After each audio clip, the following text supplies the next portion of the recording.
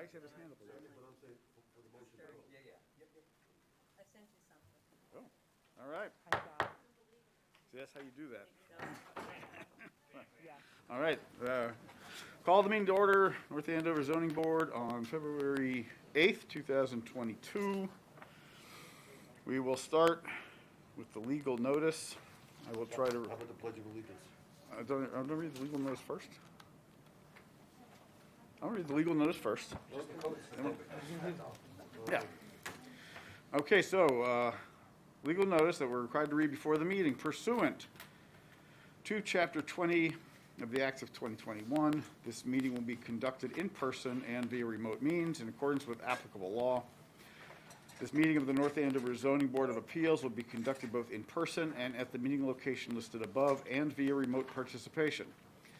Specific information and the general guidelines for remote participation by members of the public and/or parties with a right and/or requirement to attend this meeting can be found on the town's website at www.northandoverma.gov.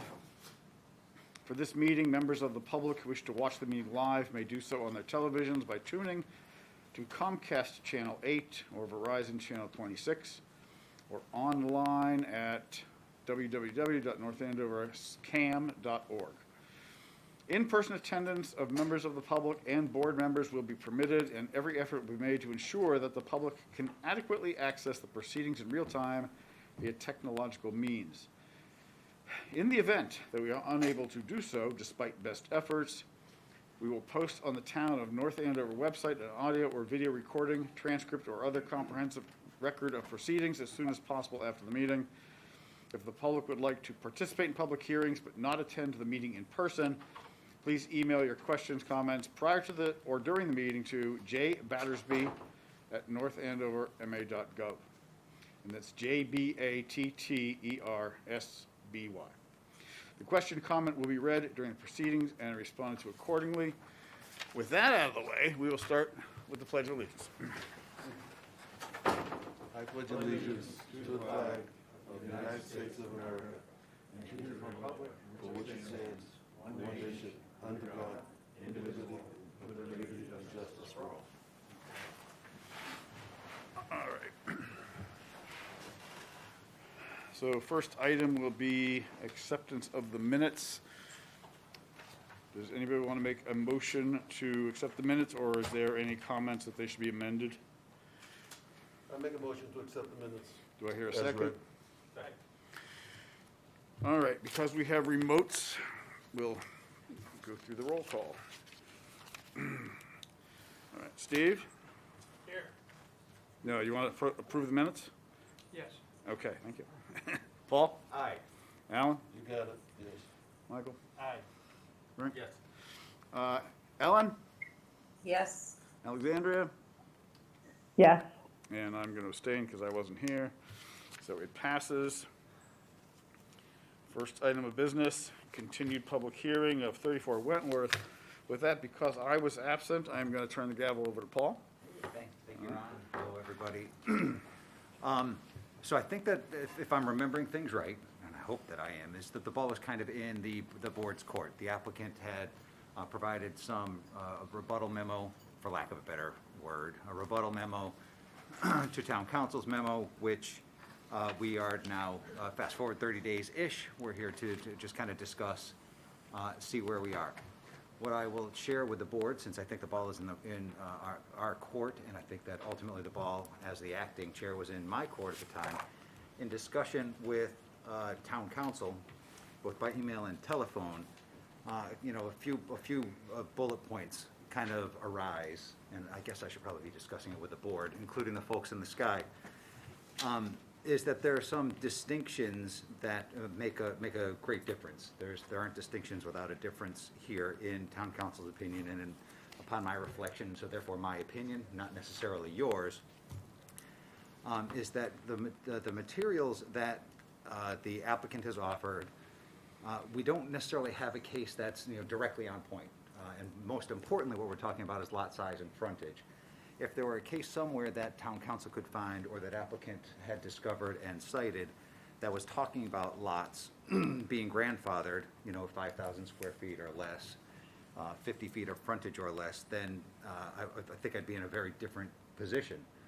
Since we don't have case law in, as directly on point, meaning 5,000 square feet or less of lot area, 50 square, and/or even 50 feet of frontage, then what we would be doing is making law at a local level kind of thing, because we'd be going outside the bounds of what town council and I would argue is the statute, what outside of what town council and I would argue is the bylaw, and certainly outside of what we can find in case law.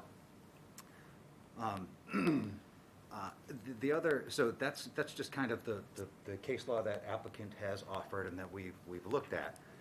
We just don't have anything that nails it. That nails it to the contrary. In other words, that nails it so perfectly as to be persuasive for the applicant.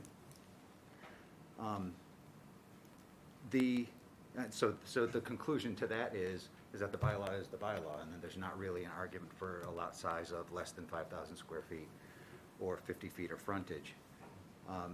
There was another argument made just so that we can get them out on the table and not ignore them, and so therefore make everybody wonder, for all the folks in the gallery or up here at the tables are wondering, is that we did talk about if a zoning bylaw intends to provide more generous protection than the statute, then the zoning bylaw must explicitly state that, which we're not necessarily seeing in our local bylaw.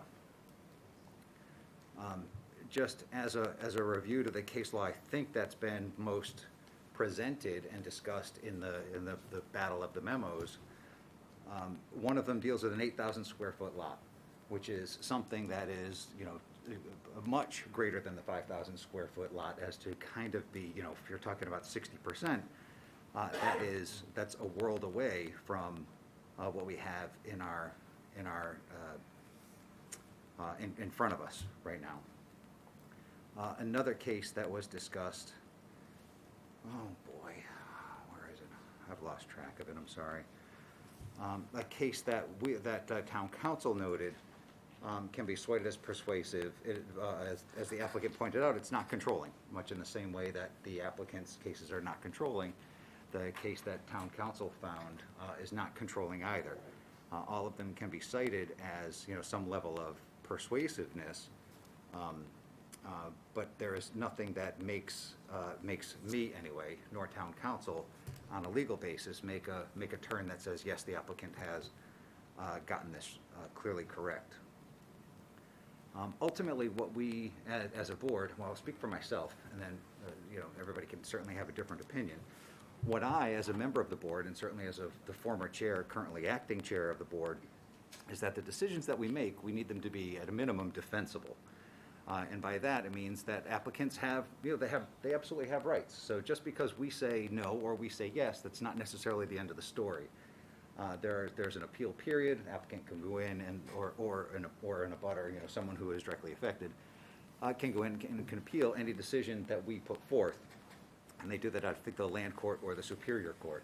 So if there are, technical or legal arguments that the applicant feels strongly about, that thinks that the town council and or I and or we as a board, depending on how the discussion and vote goes, then the applicant certainly has every right to appeal that decision and then make those arguments to someone who is more highly trained than we are to, perhaps listen to or understand the arguments that the applicant is making on a legal basis.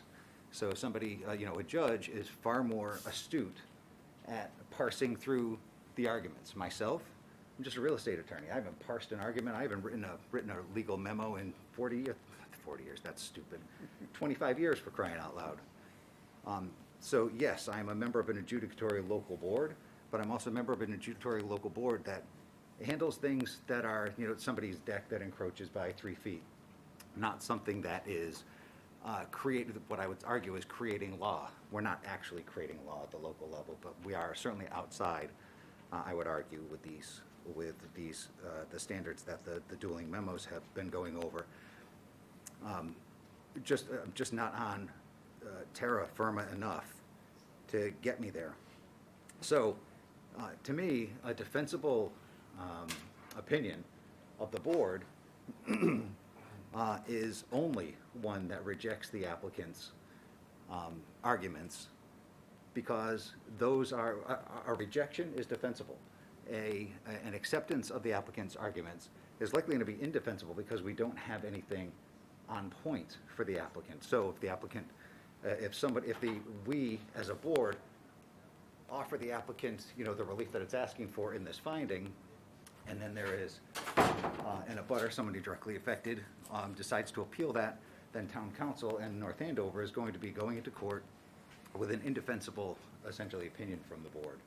That's not a position that I want myself to be advancing, that I want town council to be in, or that I want the town to be in, to be wasting its resources. So it's respectfully suggested by, by me, for what that's worth. And again, we are a board, we're a group of folks. Just because I have an opinion, I had an opinion on waiving the privilege, and the board saw it differently. That's just life in the fast lane. So nobody here is beholden to the legwork that I've done or the opinions that I have or anything along those lines. So I guess, in my mind, I just want a defensible opinion, and the defensible opinion in my mind is strictly a rejection of the applicant's request for a finding to overturn the building inspector. Happy to discuss, probe it a little bit more. I'm not going to suggest that I will have every answer, because again, I'm essentially just a layperson trying to fill in, this legal technical role. So with that, I'll shut up for a second and ask the board, is there anything that you'd want to probe? Then we could certainly. Go ahead, Ellen. So it's my understanding that this rebuttal, we actually granted, against my opinion, granted the applicant access to town councils, and they actually submitted this late. So for me, you know how I feel when things are submitted late. So this rebuttal was submitted late. I kind of find it disrespectful. So for me, I'm not even going to look at it, to be honest with you. So that's just my opinion. Thank you, Ellen. So I have even less expertise and training than you do. I definitely never went through grad school. No, I did go through grad school. I never went through law school. But from my very untrained eye, it feels to me like after all this discussion, feels like it's pretty straightforward. That, the grandfathering clause sets a limit at 5,000 square feet, and this is 4,750 square feet. And it's really, unfortunate for the applicant that we are 250 feet short, and but we're not. And normally when we talk about variances, we have some leeway, right? Because the idea is that we are granting an exception to the rules. Here we are trying to decide if the ruling was correctly made in the first place. And I don't know, to me that seems pretty straightforward, that the ruling was made correctly, and I would have a hard time. I have not been convinced that it was wrong on its face based on the text of the law and the decision and the property and the decision that was made. Thank you, Michael. Anyone else? Nothing to add, just to say that I'm in alignment with what I've heard. Thank you. Steve? I have read town council's opinion, and I have to fully agree with town council's opinion. All right. Thank you, Alan. Alec, wait a second. And this is just applying to the appeal over Paul's denial. Yeah, what we're talking about right now Right. is just the finding to, Yeah. to overturn the building inspector's decision. The applicant still has the variances application, Yep. which would follow this Mhm. if the board rejects the application for a finding. And Right. just as a reminder to the board, there are two different standards for the votes. The finding is just the applicant just needs a majority, so 3 out of 5 members in order to prevail. And Say that again? so for the finding, To overturn Paul. correct. Okay. That It only only- needs a simple majority? Yeah, yep, Okay. 3 out of 5 in order to get a variance or a Why special not a permit. super majority? It's just, why is the sky blue kind of thing? Somebody I'm just asking. I'm somebody not- decided that somewhere. I honestly Okay, don't. all I right, honestly okay, don't know. Okay. It's not like my discretion kind of thing. I'm only asking. It's- Okay. Any thoughts from Ron or Alexandria?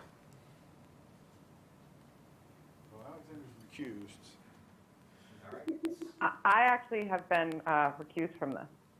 Thank you, Alexandria. So it's only fair if the applicant wants to come on up, if they have anything additional to say or to add, then this is that opportunity. Good evening. And, Reintroduction, just for the record, please. absolutely. Stephanie Kiefer, Smog and Vaughn, on behalf of the applicant, Jonathan Grasso. Thank you. We appreciate the board's opportunity to allow us to review the town council memo and likewise to provide our rebuttal response. And I think, I would agree with the acting chair that there is not neatly a case on one side or the other. And the applicant has set forth in our response memorandum the reasoning and how we see the controlling case law leaning, and that would be the Rock versus the Rourke v. Rothman decision. And in that case, the court, they ultimately were looking at it under the state act and not under the local regulation. But they did note that a municipality in its bylaws can be more lenient. And they likewise, then likewise evaluated whether a subsequent change would take away that grandfathering, and they decided against that. And they decided that, though, solely under the state act. Here, your bylaw, as we've gone through this history extensively, allowed for grandfathering without specificity as to frontage or lot size up until the 1974 amendment. And our position remains the same, that we are grandfathered because the lot was a single existing lot prior to that change and grandfathered there under. The only one thing I think I may take issue with what the acting chair has said, and it was also stated in the town council's memo, that there was no explicit statement within the bylaw that it intended to be different than the state act. The courts have interpreted that phrase kind of came about, I believe, within the Rothman v. Rourke case. And since then, how the courts have interpreted that is if there's other provisions that are different, that would show that it wasn't following Chapter 48, Section 6. And the North Andover bylaw didn't say in accordance with 48, Section 6. And likewise, the North Andover bylaw have provided separate sort of criteria, and those were the 12-foot side setbacks.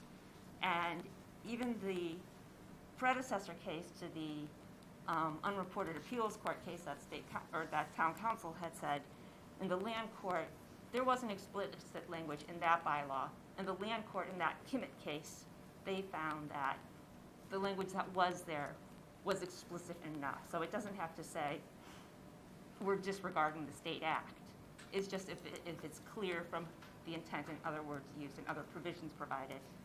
So that would be our response back to the acting chair on that. Thank you very much.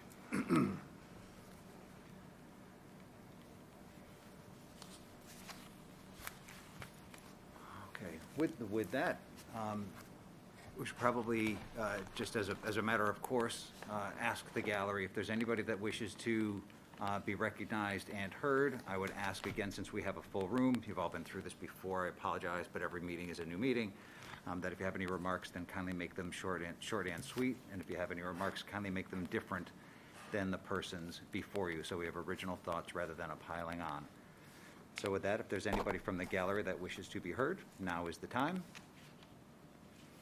Seeing and hearing none, then we can, I think we can move on with a motion to close the I make a motion to close the public comment. public comment.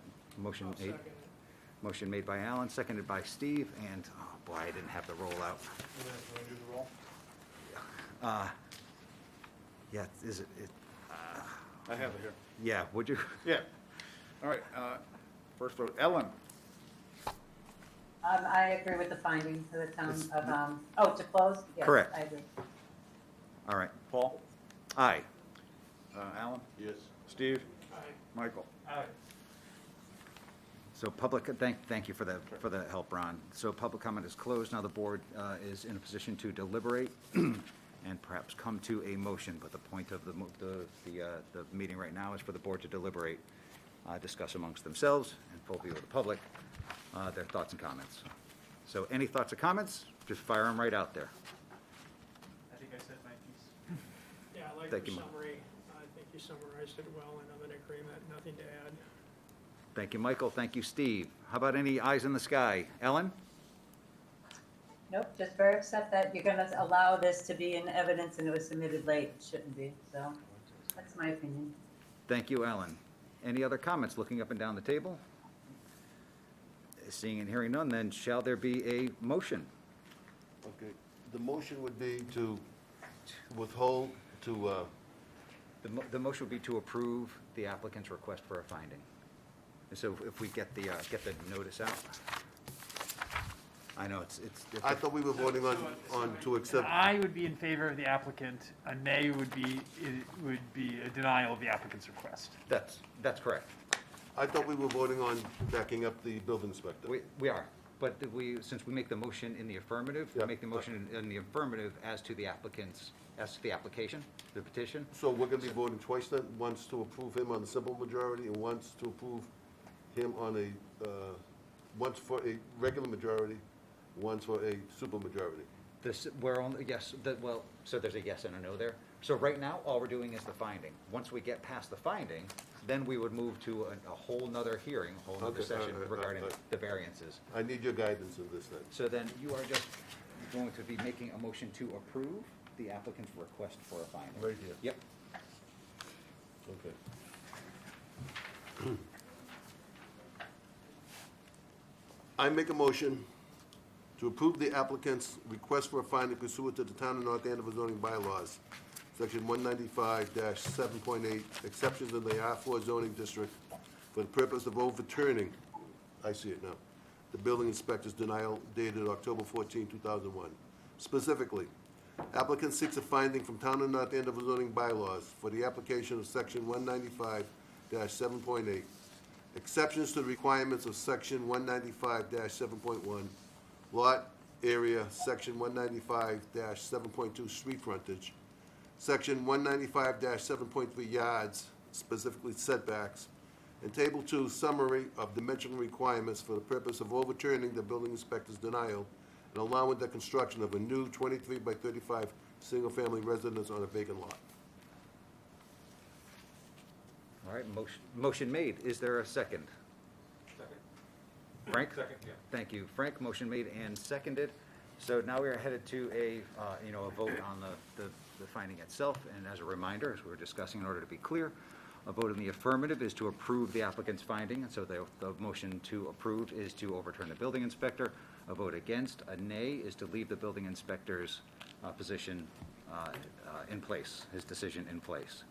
So again, aye is for the applicant. A nay is to, you got that, okay. So with that, yes, please, Ron. All right. Ellen? Nay. Paul? Nay. Alan? Nay. Steve? Nay. Michael? Nay. All right, so there are five nays. The applicant's petition is rejected. And now we are moving on to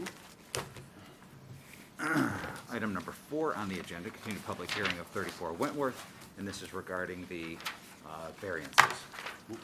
Which would be here, right?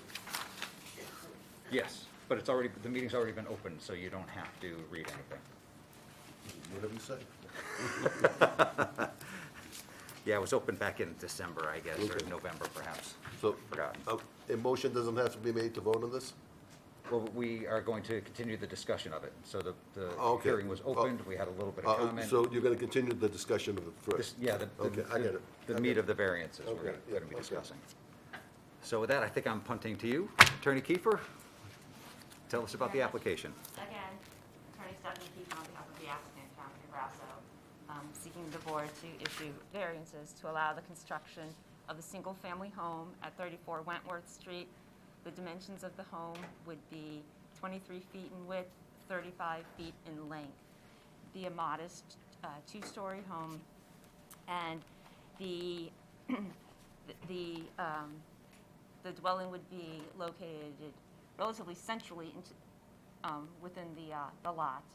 And because, as we've extensively discussed, this lot was created by virtue of a plan that's been on record at the Registry of Deeds since approximately 1906, the North Andover zoning bylaw provides two standards of lot requirements: pre-zoning lots and then regular non-pre-zoning lots. Those non-pre-zoning lots are subject to Table 2. This is in the R4 district, and in the R4 district, for lots that are subject to Table 2, the lot size is 12,500 square feet with 100 feet of frontage, with side yard setbacks of 15 and front and rear of 30.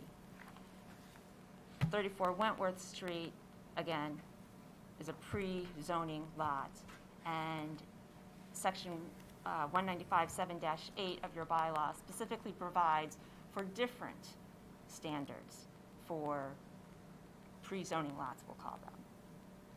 And if I can summarize those, it's basically the side yards are 12 feet, the front and rear yards are 20 feet, the frontage is 50 feet, and the lot size is 5,000 square feet. In this regard, the proposed dwelling on 34 Wentworth Street, it achieves the front setback, the rear setback, the side yard setbacks of 12 feet each, and we're seeking two variances. One for frontage. The frontage of the property is 47.5 feet, and for pre-zoning lots, the required frontage is 50 feet. Secondly, the lot is 4,543 square feet as opposed to 5,000 square feet. So there's approximately 450 square feet of lot size that we're seeking a variance from. And now, as we explained somewhat too extensively a couple of hearings ago, when this neighborhood was developed, they were all these small little lots. And since that time, several have been developed as just the small lots. Some were purchased as double lots, whether they were double wide or double deep. And while it can't be said that all of the lots had the same frontage under this 1906 plan, the majority of the frontages tended to be under 50 feet. They were 45 feet or 47, 48 feet. Likewise, the lot depth wasn't necessarily 100 feet, but some were a little bit over 100 and some were in the low 90s. And consequently, the majority of the lots that were created by that 1906 plan were under 5,000 square feet.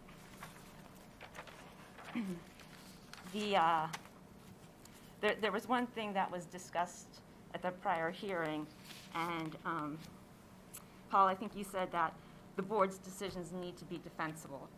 And going back and looking at kind of the history of this neighborhood and of the project that's being proposed, somehow I stumbled upon a 1983 decision from both the North Andover Planning Board and the North Andover Zoning Board of Appeals. And it involves not this property, but another property in the neighborhood that I think is somewhat compelling. This one right here. Yeah, it is. It's on this Lot plan. 46. It's lot 46 on the plan.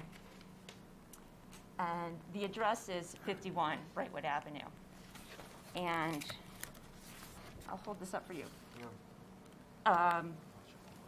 51 Brightwood Avenue, it used to be like a double lot deep and then a lot over. And so it was about 12,000 square feet, not 12,500, but about 12,000 square feet.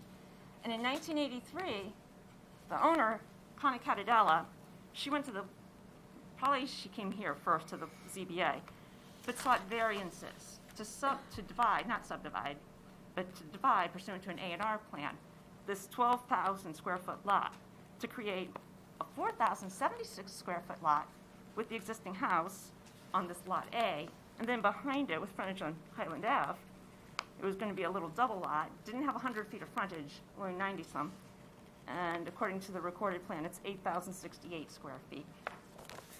The zoning board approved variances to allow this existing house to stay on this substandard lot and for a new house to be built on this lot B.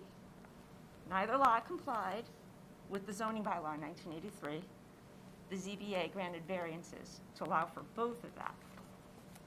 Now, generally, you've probably heard the phrase infectious invalidity, that you can't divide a lot to create a non-conforming lot, and if you do, the other lot you created is also invalid. But the zoning board sought to grant the variances recorded at the Registry of Deeds and to allow for both of that. And Can I add something, Stephanie? absolutely. I don't want to knock you off track here, but again, this is the lot that Stephanie was talking about, number 51 Brightwood, and they created 52 Highland on the back with this double lot. I don't know if you can all see that. I know it's not that close to you, but just wanted to add to the fact also that number 51 Brightwood, the lot that got divided A&R, Stephanie? That's correct. 51 Brightwood, it's got now, the lot area is 3,920 square feet. And it has a violation, or it is not in compliance, I should say, with frontage, current frontage, or grandfather frontage. That's 45 square feet. It does not have the correct front setback in compliance with current codes or current standards. It doesn't have a left setback that meets current codes, a right setback, and that's it. So it only has a rear setback that's in compliance with anything at the time. Oh, sorry. And also just to kind of like provide a compare and contrast, the dwelling that exists on that 51, the width of it's a 45-foot frontage, and the width of the house is 24 feet. 34 Wentworth has 2.5 more feet of frontage, so 47.5, and that width of the house is only 23 feet. Now, what I also found interesting about, so the board granted a variance and allowed for that.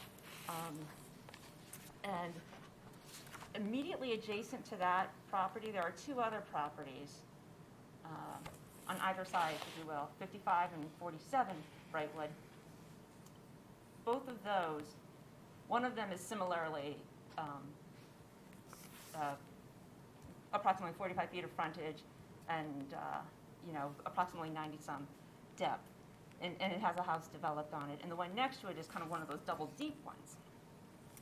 But in each instance, 55 as a double deep lot. That's right. Yep. But in each instance, so you have three houses, if you will, on these three narrow lots that that exist today.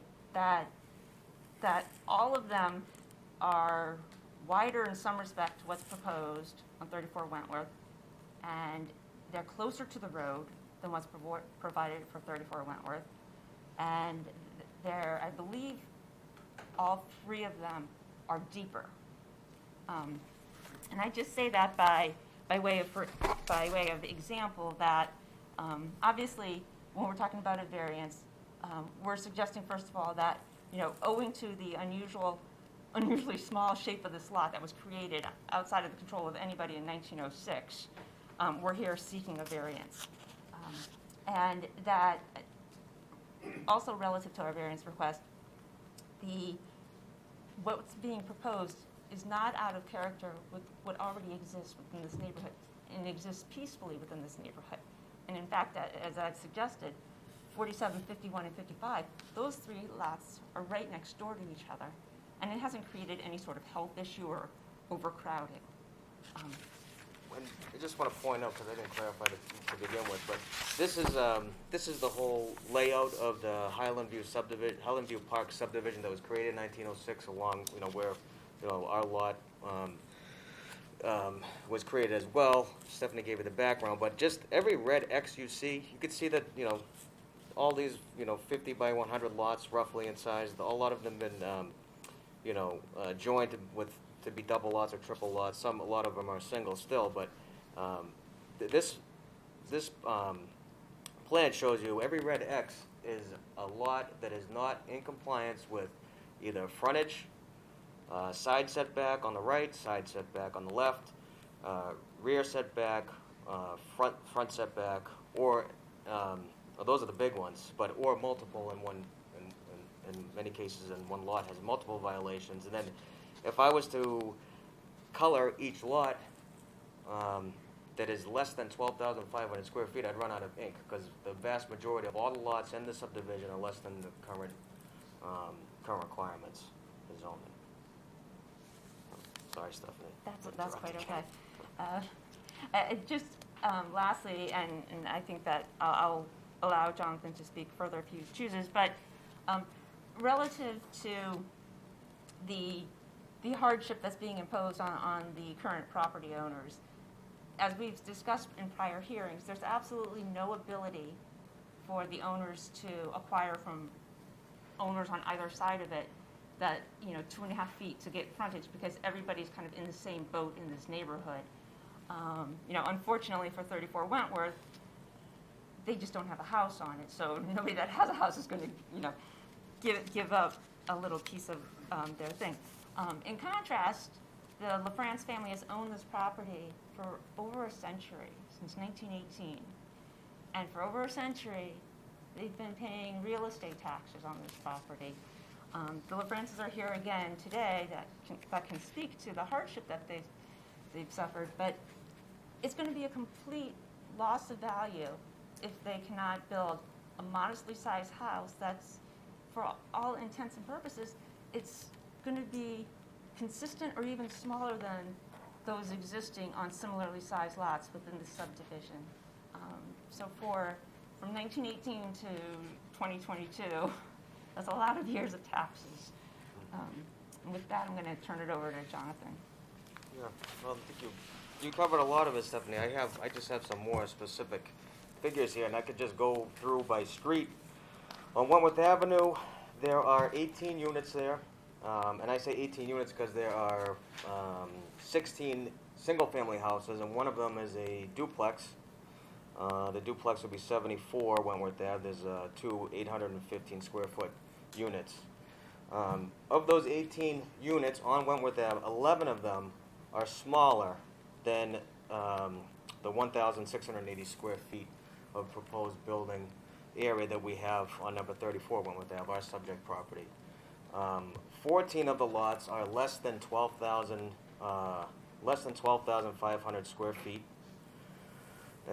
One of the lots, the one right next door, 30 Wentworth Ave, is less than 5,000 square feet. It's actually even smaller than 34 Wentworth Ave, our subject property, and also it has smaller front setback, right side setback, left side setback, and rear setback. And and there are 9 other lots that are not they're not in compliance with the current setbacks in the zoning bylaws.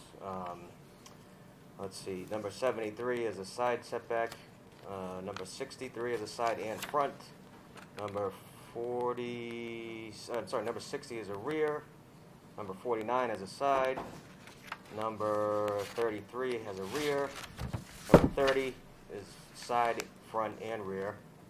Let's see, 25 is a side, and 15 and 5 have rear setback that are non-compliance. And then if you go up to Prospect Street, I'll just run you through that too. There are 10 units there, and that's only on the even side of the street, and not even counting the odd side of the street because it's just not in this. Just not in this plan. But there are 10 units on that side of the street. 8 of them, the houses are smaller than our proposed house. 10 of the lots are less than 12,500 square feet. 1 lot is less than 5,000 square feet, and 4 are not in compliance with setbacks. Frontage, and then we also have frontage too, which I didn't even count, but you can see the ones highlighted in yellow are lacking frontage. Highland View, the next street down, we have 11 units. 4 of the units there are smaller than 34 Wentworth Ave, our subject property. 6 of the lots are less than 12,500 square feet, 0 less than 5,000, and 4 are not in compliance with setbacks. And again, we have 1, 2, 3 that have multiple setback issues. And then Brightwood, we have 22 units. 15 of the units are smaller. And by the way, on this one too, I say units because 20 are single-family, and one of the houses is, I think it's a two-family. First floor up is a one-unit, second floor is a second unit. But 15 of those units are smaller than our house that we're proposing. 21 of the lots are too small.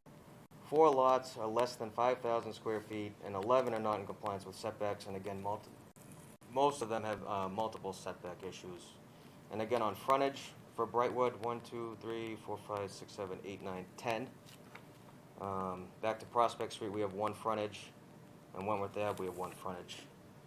And there are more on Moody Street and Ferber, but I don't want to keep going ad nauseum here. I think the big picture that we're trying to paint is we're proposing to build a house that is consistent with all the houses in the neighborhood.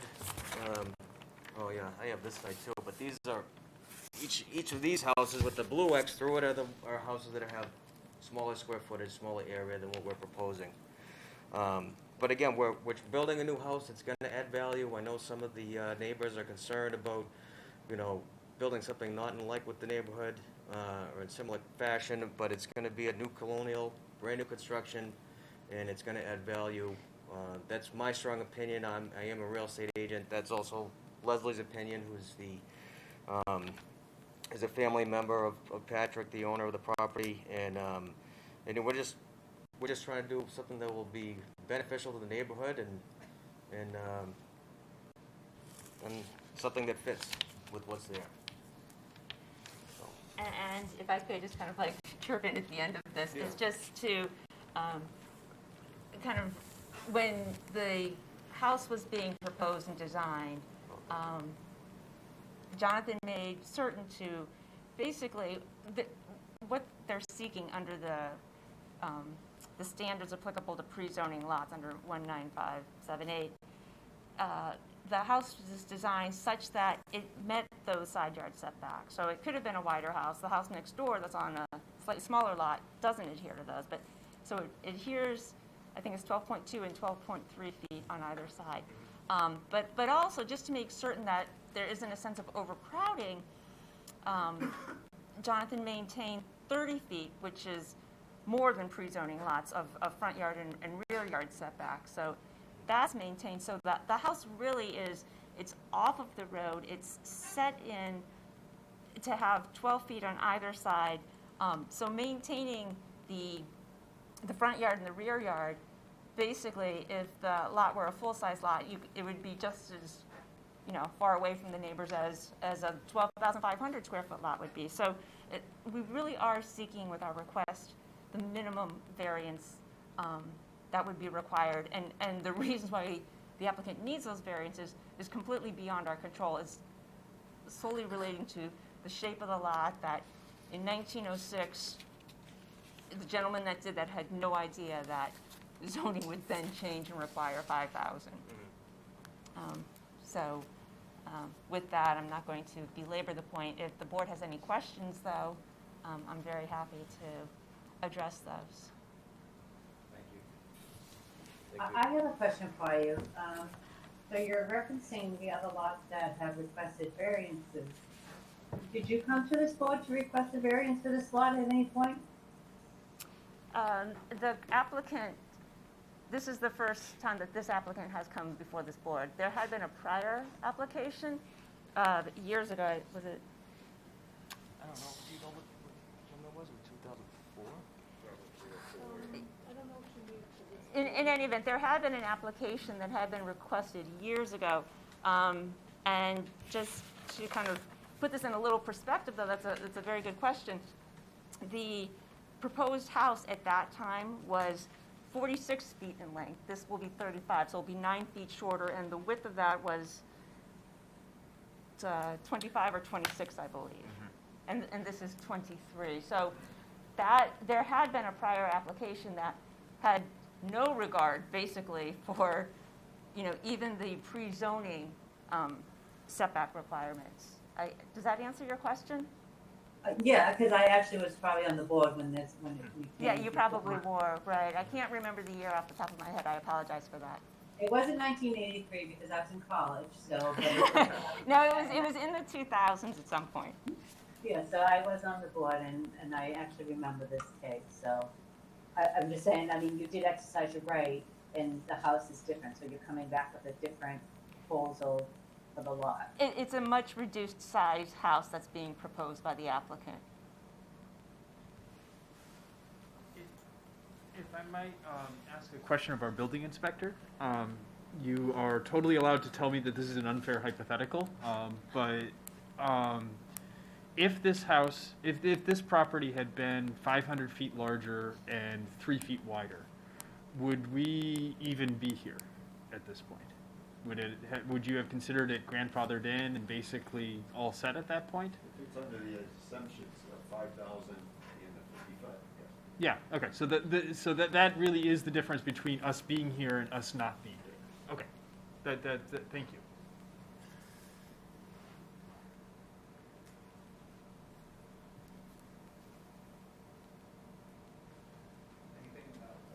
Well, I guess I'm going to have something. So I think I heard you say, Mr. Hutchins, that, if the exceptions were deployed, then we would have really very, very small application here. And indelicately, I'll say that I don't agree with that. Because when I look at the exceptions paragraph, it's not a rewriting of the setbacks and the frontage and the lot area. It's saying that if you can only qualify for an exception if you satisfy all of these things. Not if you satisfy one of these things, but if you satisfy the 12 feet and you satisfy the 50 feet and you satisfy 5,000 square feet, then you are accepted from current zoning, and you're in the game. So if that's the case, then where we are actually is not necessarily, a hypothetical that if we had 3 more feet here, 3 more feet there, then we wouldn't be here. My reading of this, my repeated reading of it is that we're actually in the neighborhood of, the code applies. We're not in the exceptions, we are in the code, and the code is, boy, it just grossly overwhelms, the application. Because the code says, you need 100 feet of frontage and 15-foot setbacks and 30-foot front and rear and 12,500 square feet of lot area. So that's actually, in this application, that's the starting point is 12.5.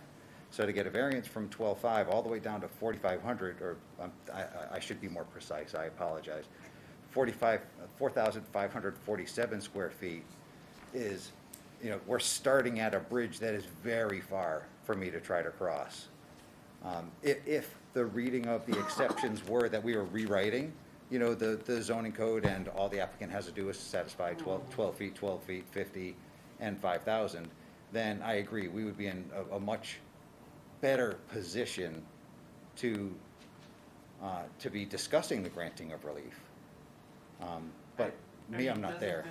We have some amount of discretion as a board to consider what merits we so desire. Absolutely. And so, I certainly agree with you that, literally speaking, that is the relief that we would be granting, right? That we would be granting this quite extraordinarily large relief. But that in a hypothetical world where this lot happened to be 500 feet larger and 3 feet wider, it would never have even gotten to us. And so, to me, that holds some weight, because... Well, it would have gotten to us, though, Michael. It would have. It would have gotten to us. Because those 3 feet, the 3 feet that we're talking about, only qualifies for an exception, which says you don't have to be 12,500 and 100 feet of frontage. Right, but would it still need a variance at that point? Yeah. For yes. what? For everything. Because if the exceptions paragraph doesn't apply unless you can tick all of these things, not one of these things. Right. If you can tick all of these things, which are, again, just to be clear, and I know I might be beating a dead horse and everything, but to be clear, the exceptions paragraph says that you need front and rear setbacks of 20 feet. So fine, the applicant has absolutely achieved that. So that's step 1. That's not its own step, it's only step 1 on the path. And then the side yards each need 12 feet. Yeah. Okay, so we're, again, we're doing pretty well there. And then we get to the street frontage of 50 feet and a lot area of 5,000 square feet. Right. Both of which fail. Right. So because we have even one failure, the exceptions paragraph gets put aside and we return to table 2. Oh, I agree that Oh, that okay. is the letter of the law. I Yeah. 100% agree with All you right. that that's the letter of the law. But when considering what level of discretion that we have, I do feel that there is, that in thinking of this from a fairness point of view, that this lot has been there that long, and that certainly they didn't decide how big that lot would be, and that the law was set those limits somewhat arbitrarily. They weren't thinking of this lot when they did it. No, they weren't. Right? Or any of the other lots that were 47 and 45 feet. They weren't considering that specifically, I would think. That I think we can use that in how we want to consider our discretion. You're absolutely right that that is not what we are granting, right? Like, we are granting a much larger number. Yeah. But in terms of whether or not we think we can swallow granting that number, I think that this matters. Okay, understood and agreed. And the discretion that the board is afforded, which is pretty wide, as you Yeah. pointed out and as everybody acknowledges. The trick to our discretion is that we still have to, which is why we ask at every hearing, we ask, what's the hardship? And the hardship needs to be based on soil shape, topography, and financial is certainly allowed, but it's A over little here. shakier, yeah. So soil shape and topography, we haven't heard anything about topography, we haven't heard anything about soil, and the only discussion we've had about shape has been about the size. It's not about the shape. This is practically a perfect square, or perfect-ish square.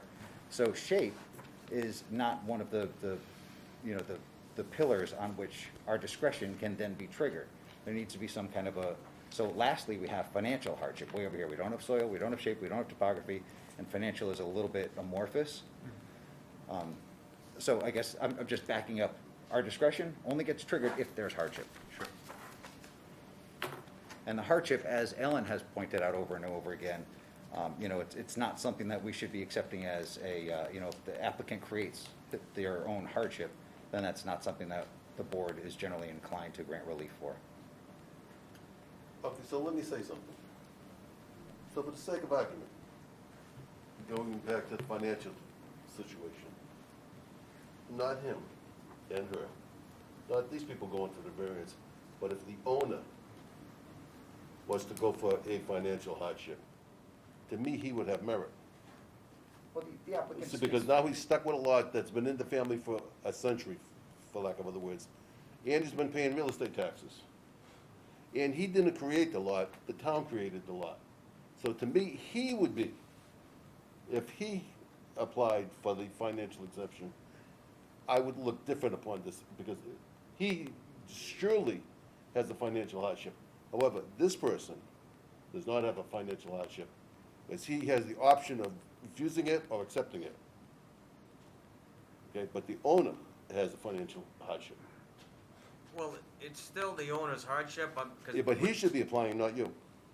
I would look at it different that way, because it's not your financial hardship, Well, but. it's the owner's. Absolutely, And the 100%. owner does sign on to the application. Yeah, and without this being approved, the owner. I understand. Yeah. Yeah, I understand. Correct, Yeah. but your question about hardship, it brings me back to this 1983 variance that the board granted somebody who had a house on the lot already, and their hardship was that they wanted to create a new lot to sell, so to make 2 new lots, and that hardship passed muster before this board in 1983. So the zoning bylaw was essentially what it is today. Yeah, but between 83 and today, as they say, there's a lot of water over the dam. An awful lot of water over the dam. That's all.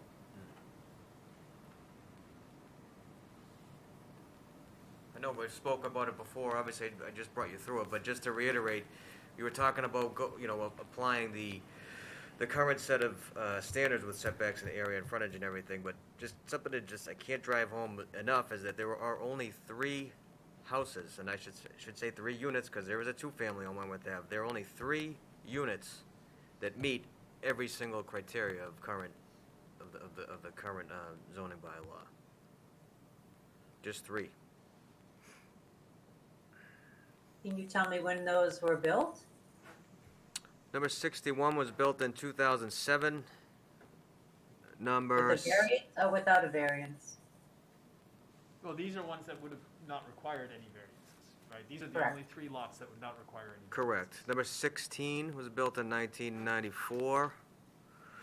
And number 60 was built in 2005. So you're trying to compare apples to apples in each case, I understand what you're saying, but each case is individual. Yes. You're comparing something to 1983 to 2021, comparing something that didn't require variance, that you require variance. So I'm having a hard time seeing the correlation between the two, so that's my opinion. Wait, 1983 is the one that Stephanie had spoke about? Correct. But did they get a variance for that? Correct. They were granted a They variance. were for that. granted variances for both of the lots that they created. Lot A, which was only 4,000 square feet, and then Lot B, which was 8,000 some square feet.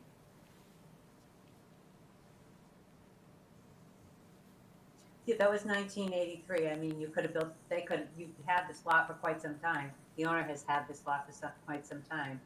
If I was seeing that, I'd jump on mine and build a house on my lot as well. But 1983 was after the zoning change in Correct. 74, 76. For me, I look at each case individually. Yeah. I was not there for that application. It was 1983. Quite many years have gone by. Very different time, very different place, very different town. So.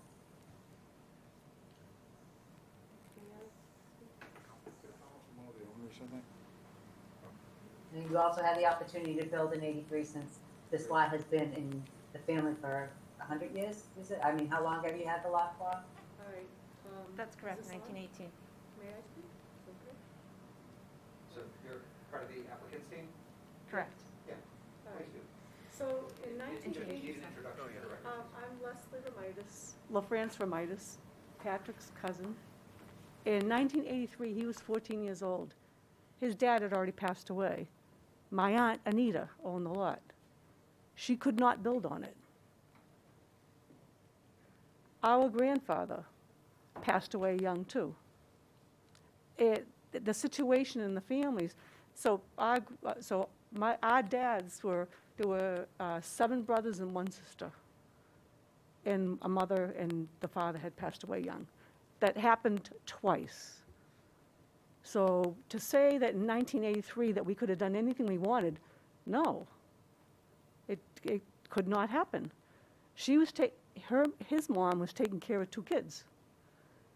My grandmother was taking care of 8 kids. They could not perform on this lot. They did not have the means. They were taking care of their family. So I'm sorry, but 1983 was not a good year to do anything. And it just didn't work out all this time. This lot has passed through from grandparents to son to widow to family. His mother has passed too. And before, the last application was when Anita was alive. She could not do it, but other people tried and failed. They did too many variances, too many exceptions they asked, from what I've read in the past. We tried. We're here again.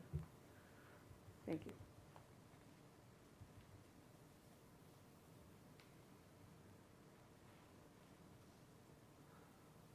Questions for the applicant? Ellen, anything further for the applicant? No, I'm all set. All right. Then I think this is the phase in which we will invite public comment. So anybody from the gallery who wishes to be heard, now is the time. It's a new public hearing, so I'm going to say the same thing. If you're coming up, then please keep your comments brief. And please do not repeat comments, make something original to keep us all interested. So anybody that wants to be heard, come on up, introduce yourself. Can I just ask a question? You can come and be recognized, yes.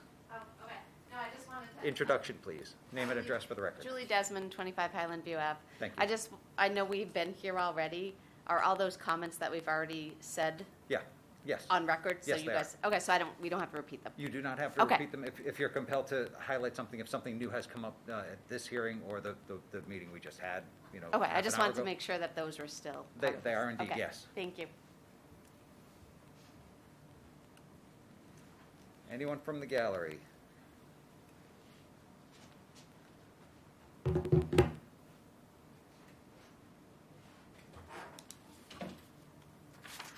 Hi, I'm Barry Ann Fitzgibbons Alonso, 25 Wentworth Ave. I have a question. I don't know if I can get clarification on it. We'll do our best. The 1983 zoning mistake that was apparently made, I thought that the last time there was some sort of verbiage in there that said it had to be due to a pre-existing structure. The last time, 2 times ago when we were going over this, the variances could be granted due to a pre-existing structure on the lot. So a pre-existing nonconformance, perhaps. My question is that, am I remembering that correctly? That, I wouldn't know. Because if I am remembering it correctly, then that applies to the 1983 variance of the super small lot on Brightwood. And then therefore it does not apply to this. That's the point I'm trying to make. Can anybody give me clarification on that? I can't. Paul, do you have any thoughts on that? I'm not crystal clear on this. Was there a house before, you're trying to say? Or does it matter if there was a house? Sure it does. Right, so You the have the right to house rebuild. that was there in 1983, and then they asked for a variance, that's a pre-existing structure.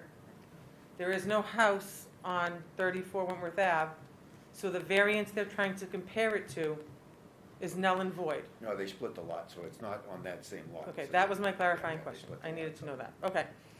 So I just wanted to also comment on how they said they had 47, 48, and 51 Brightwood. If you drive down Brightwood Street, Brightwood Ave, on the Ferber Avenue side, it's a beautiful part of the neighborhood. There are no cars parked on the street. There are cars parked in the driveway. There are yards big enough to play in. The further you go towards Chadwick, the view of that street totally changes. I love my Brightwood neighbors and my Brightwood peeps, but that end of the street looks like it could be in Lawrence. The end near Ferber Ave is beautiful. Where those houses are, that's where it changes. So when you say it's the look and the feel of the neighborhood, it is not. Because it does not look like that on Wentworth Ave. It does not look like that on Highland View. It does not look like that on Prospect or Moody. So you are mistaken. And if you do the same thing driving down Ferber Ave from Moody to High Street, that look is the same on the left-hand side going down. It changes. I wanted to make that as a point because you're saying, in your opinion, it fits in the neighborhood. You don't live in the neighborhood. So therefore, you don't know what the neighborhood looks like. Every day, every hour, you don't know what that neighborhood looks like. I do, and it doesn't look like the way you're describing it. The next thing I'd like to point out,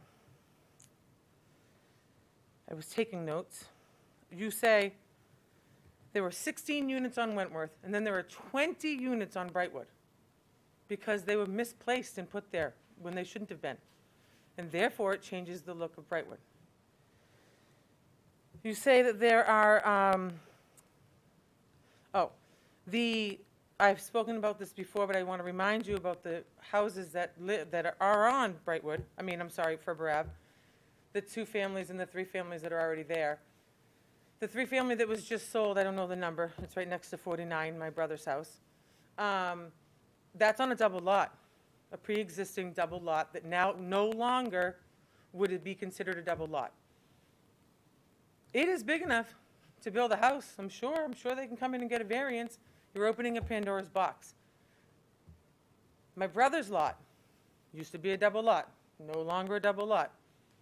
So now you're giving him the go-ahead.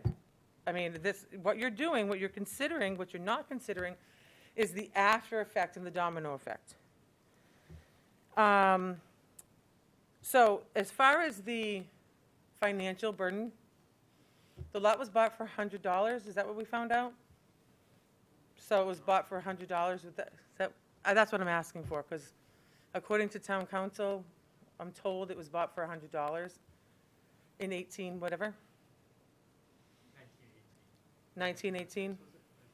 1918 was the And what was the purchase price? The deeds, in fact, then didn't state the true consideration. They all just said, I'm sure that the family knows it's been handed down from grandfather to grandfather to grandfather. correct. And but you it don't know the was cost? 104 years ago, so we Okay, don't so- know. But we do know that in 1918. It's probably been paid off, right? We do So, know that in 1918. If the family didn't take their responsibility of claiming the lot as a non-buildable lot or avoiding the taxes, that's on them. That doesn't mean that our whole neighborhood has to pay for it. And as far as the financial burden, as far as the hardships that can be considered, the soil, the shape, and the topography, it doesn't make it. Those are the hardships you can consider.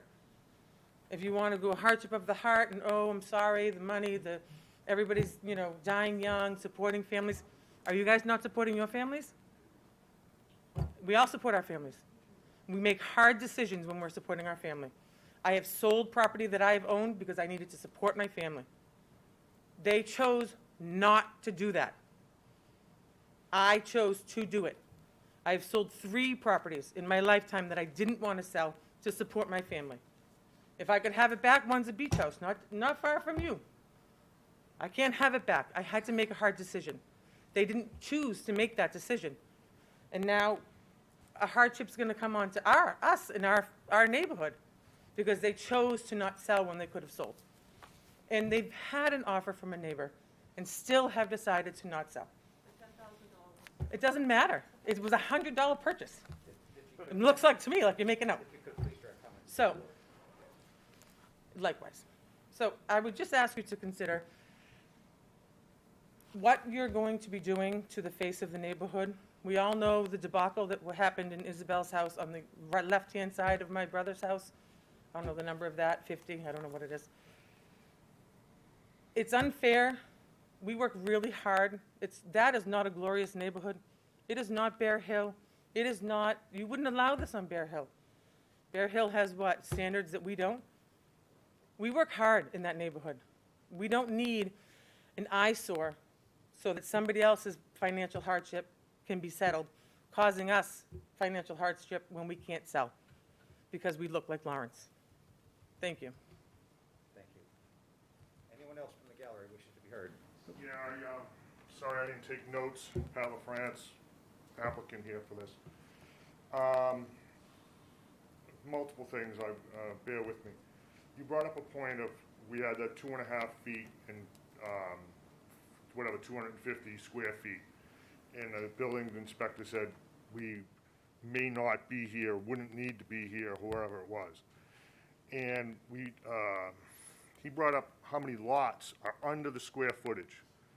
Well, if all those lots are under the square footage, you wouldn't have a neighborhood there for all the single lots that are there. Hold on, bear with me. That was one of my points there, for what the neighborhood was intended to be at the start, before everyone did double lots, triple lots, and made all their spot, is where we were at. Because whatever hardship it was, whether, as I said, grandparents passed, we dealt with the family, raising families. My mother paid the taxes in hope that one of her sons would be able to build on a lot and raise a family there. Now, here we are, and she paid the taxes all those years, 40 years on a fixed income as a widow of a firefighter of the city of Lawrence. I followed his footsteps. I'm in the fire department myself, and it's here we are. As you said, 1983, I was 14. My mother was raising a 14-year-old and a 19-year-old, trying to get us through college, Central Catholic and college. So sorry, bear with me. So all those taxes through all those years, that's not a hardship there, that's not considered a financial hardship over all that time? I know I'm the applicant, and he's on my behalf, okay? You also talked about shape. Well, the whole neighborhood shape isn't right in that, as we said, when they made this lot, when they made this area, looked like the intent was to have them approximately 5,000 square feet.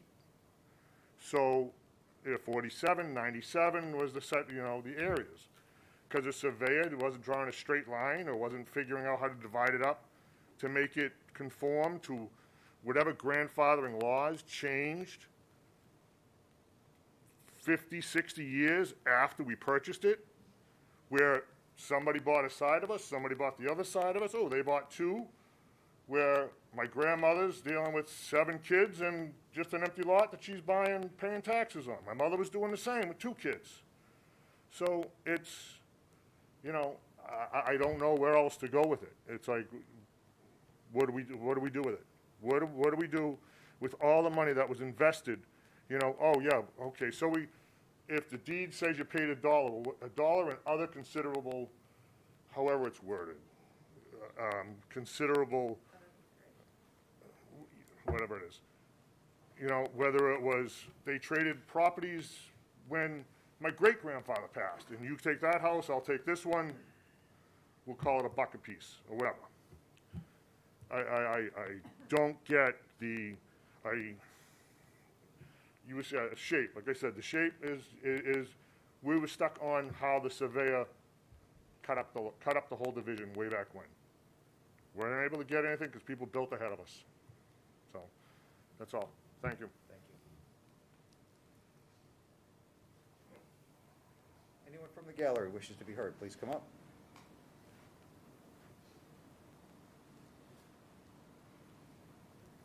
My name's John Desmond, 25 Highland View Ave. I'm a direct rear abutter of the property. And in 2013, we moved in to the house at 25 Highland View Ave. Prior to that, it was an empty lot. I don't see why they keep saying that the 5,000 square feet, that's what they were dealt with. They could have purchased that lot, portion of the lot, and it would have been enough square feet to build. So it wasn't like they were dealt that size. They could have taken action to increase that lot. Thank you. Thank you. Anyone else from the gallery that wishes to be heard? Seeing and hearing none, I'll ask, Jen, have you received anything? Email? No. All right, nothing electronic. So with the public comment, I was coming to you actually. One more opportunity for the applicant before we close public comment. Thank you very much. I would just like to clarify, within the public comments, there was a position taken that this would open a Pandora's box if this variance were approved for this specific lot.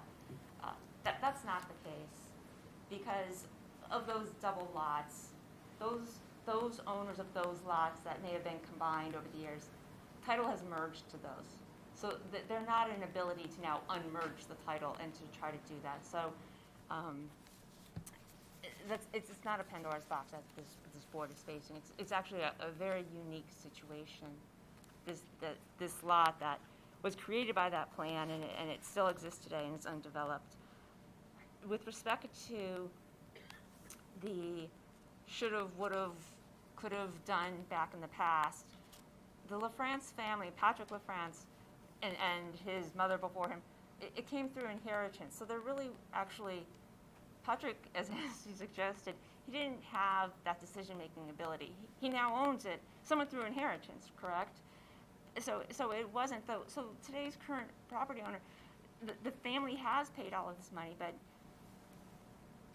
but by the time that it came to them, we're talking now back to 1974. So that's, approaching 40 plus years that he wasn't able to make that decision. So it's not as easy to say that the property owner could have fixed the situation. And I don't want to belabor any of these other points, but I just did want to clarify for the board that we are talking about a very unique situation.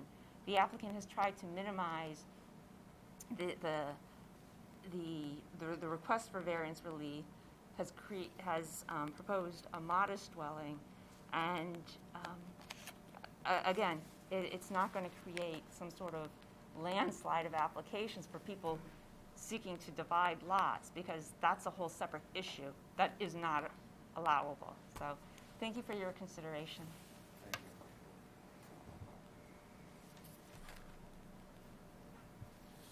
With that, Can I just add one? Please do. I just, some of the statements that were made, just the fact that it'll be an eyesore, it's just incorrect. It's gonna be a brand new, new construction house. It's gonna fit with the neighborhood, and it's in a neighborhood that has, again, only 3 out of 22 units that are in full compliance right now. It's gonna match, the house that's right next door to it. It's gonna be even more closer to compliance with current standards. And,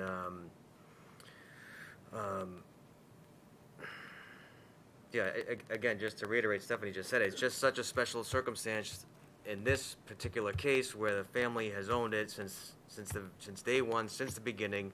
It's been handed down to them. It's never been in joint ownership with another property, so it just, I don't think I would be amazed if there was any other lot in town with the same circumstance. And the reason why I decided to place an offer on the property after talking with, the owners, talking with Stephanie, I decided to make the investment because I just think it's what's right for the LaFrancis. And the lot is just so close, and in all respects to that pre-existing non-conforming, I don't know, whatever table that is, Stephanie, the special consideration with the 5,000. Yes, thank you. And, I just thought that was right, and again, it's in a neighborhood that just does not comply with anything. Only 3 houses that are in full compliance. So, I know we've talked about it enough, but I just want to put that out there again. Thank you. Appreciate it.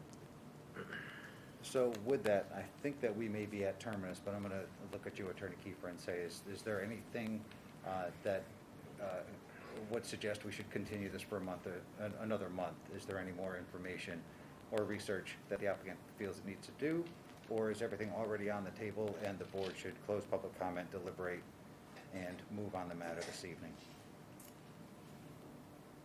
If on your first point, if there's anything to the proposed house that would make the board feel more comfortable with the dwelling, if we could receive any feedback from the board on that, again, it's 23 feet wide, 35 feet deep, and the height is in compliance as well. But if there's anything, prior to making the application, actually, the applicant had kind of gone back to his drawing boards and made the house as compliant as he thought he could. But if there's a special concern that, that the board would consider the house to be, more favorable, we would very much welcome to hear that, and I would suggest that Jonathan seriously consider that comment. I will. So thank you for that opening. That's certainly a sensible approach.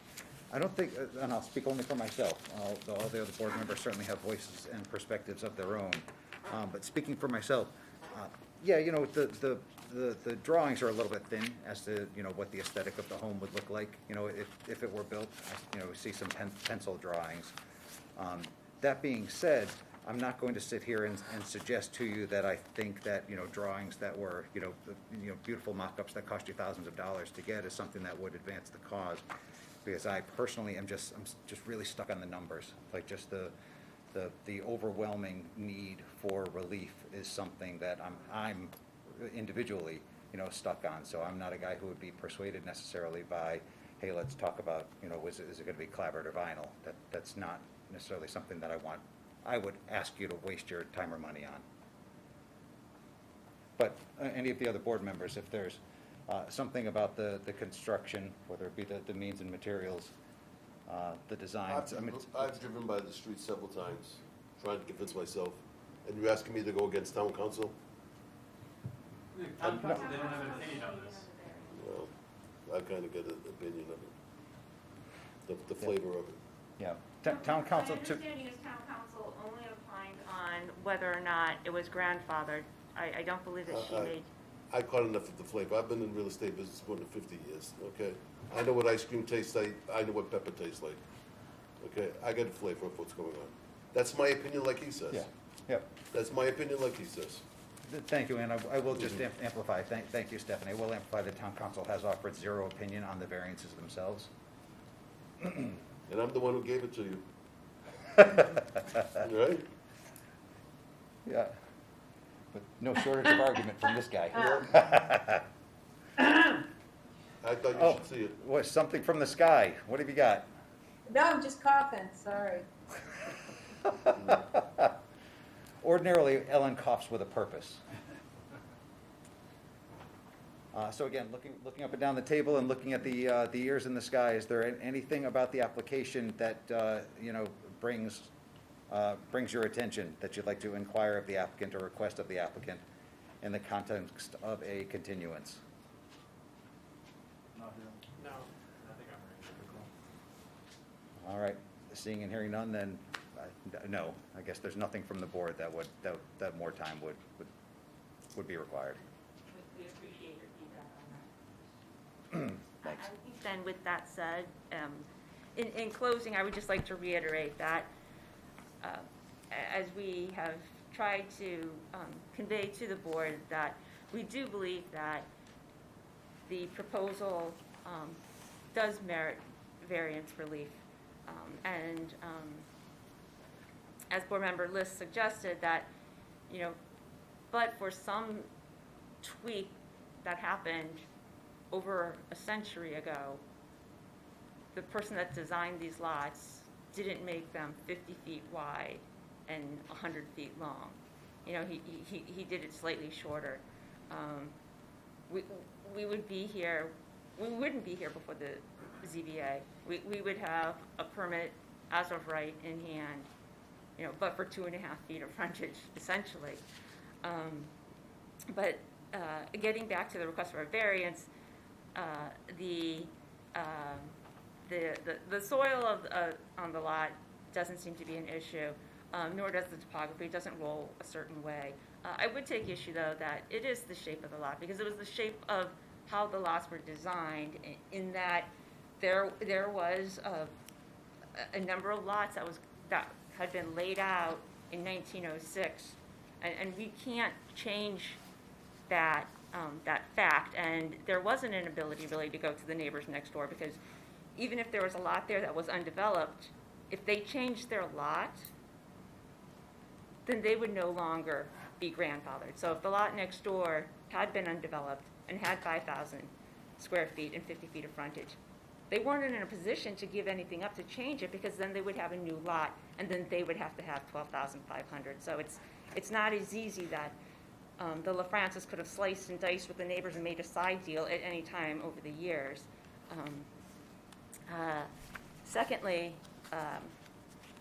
relative to our request, as we pointed out, the circumstances here for this small lot generally aren't affecting the rest of the neighborhood right now. This undersized lot is somewhat this little standalone instance, and it's not going to open a Pandora's box. It's a very, very unique situation. Literal enforcement of the zoning bylaw is essentially going to render this property of zero value. They won't be able to do anything. There was a neighbor had commented that they had proposed to buy it. There was never a written offer, and it was a de minimis amount of money. So without even the substance of putting it in writing, it was an oral offer. So I don't know that really counts. Again, as we've reiterated, the variance that's being requested is the minimum amount. The property fully complies with the front and rear yards. It adheres to what the pre-zoning lot side yard setbacks should be, and it's only 2.5 feet of street frontage and approximately 450 square feet of lot size. And then granting the variance will be in harmony with the purpose and intent of the bylaw. There is an intent, there is that exemption. It's to recognize that there are lots out there that can't do anything to make themselves with the current R4. Here, as Jonathan said, there's so few lots within this neighborhood that actually do comply. And I recognize, Paul's point that you're talking 450 plus or 4,500 plus square feet versus 12,500. We can't do anything about that delta. It is what it is. We can only work with the lot that there is. But there is a recognition that, properties should not lose their value because of zoning. And this property will lose all value if these variances aren't granted. And then the last point obviously goes to, and Jonathan's been, somewhat humble, but I think that if he is afforded a variance and an ability to build on it, he does quality work, it's going to be an asset to the neighborhood. There's no oversized structure. The house was designed with a sense of the space. So it's not, and nobody's actually, of all the comments, no one has come up and said this is going to be a huge structure.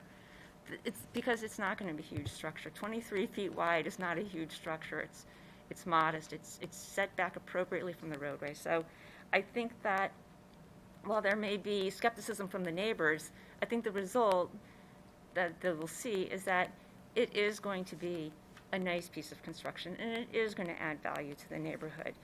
And I think that's all that I have for you this evening. Thank you. Thank you. So I think that closes, as a practical matter, public comment, but there should be a motion from the board. I move that we close public comment. Thank you, Michael. Is there a second? Well, hold on a second. She was raising her hand. I was. Can I say one quick thing, or no, am I done? Yeah, I think we're done. Okay. Is there a second? I'll second it. Thank you, Alan. Mr. Fagan, would you mind? Okay. Ellen. Close public comment. Aye. Paul? Aye? Alan? Yes. Steve? Aye. Michael? Aye. All right, public comment is closed. The board shall deliberate on the matter. Thoughts, comments from the board to the board. Anybody? Jump right in.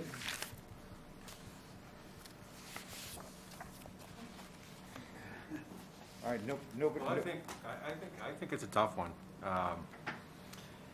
There really is a small difference between them being able to qualify for that 5,000 square foot, the table that allows 5,000 square feet and 100 feet of frontage.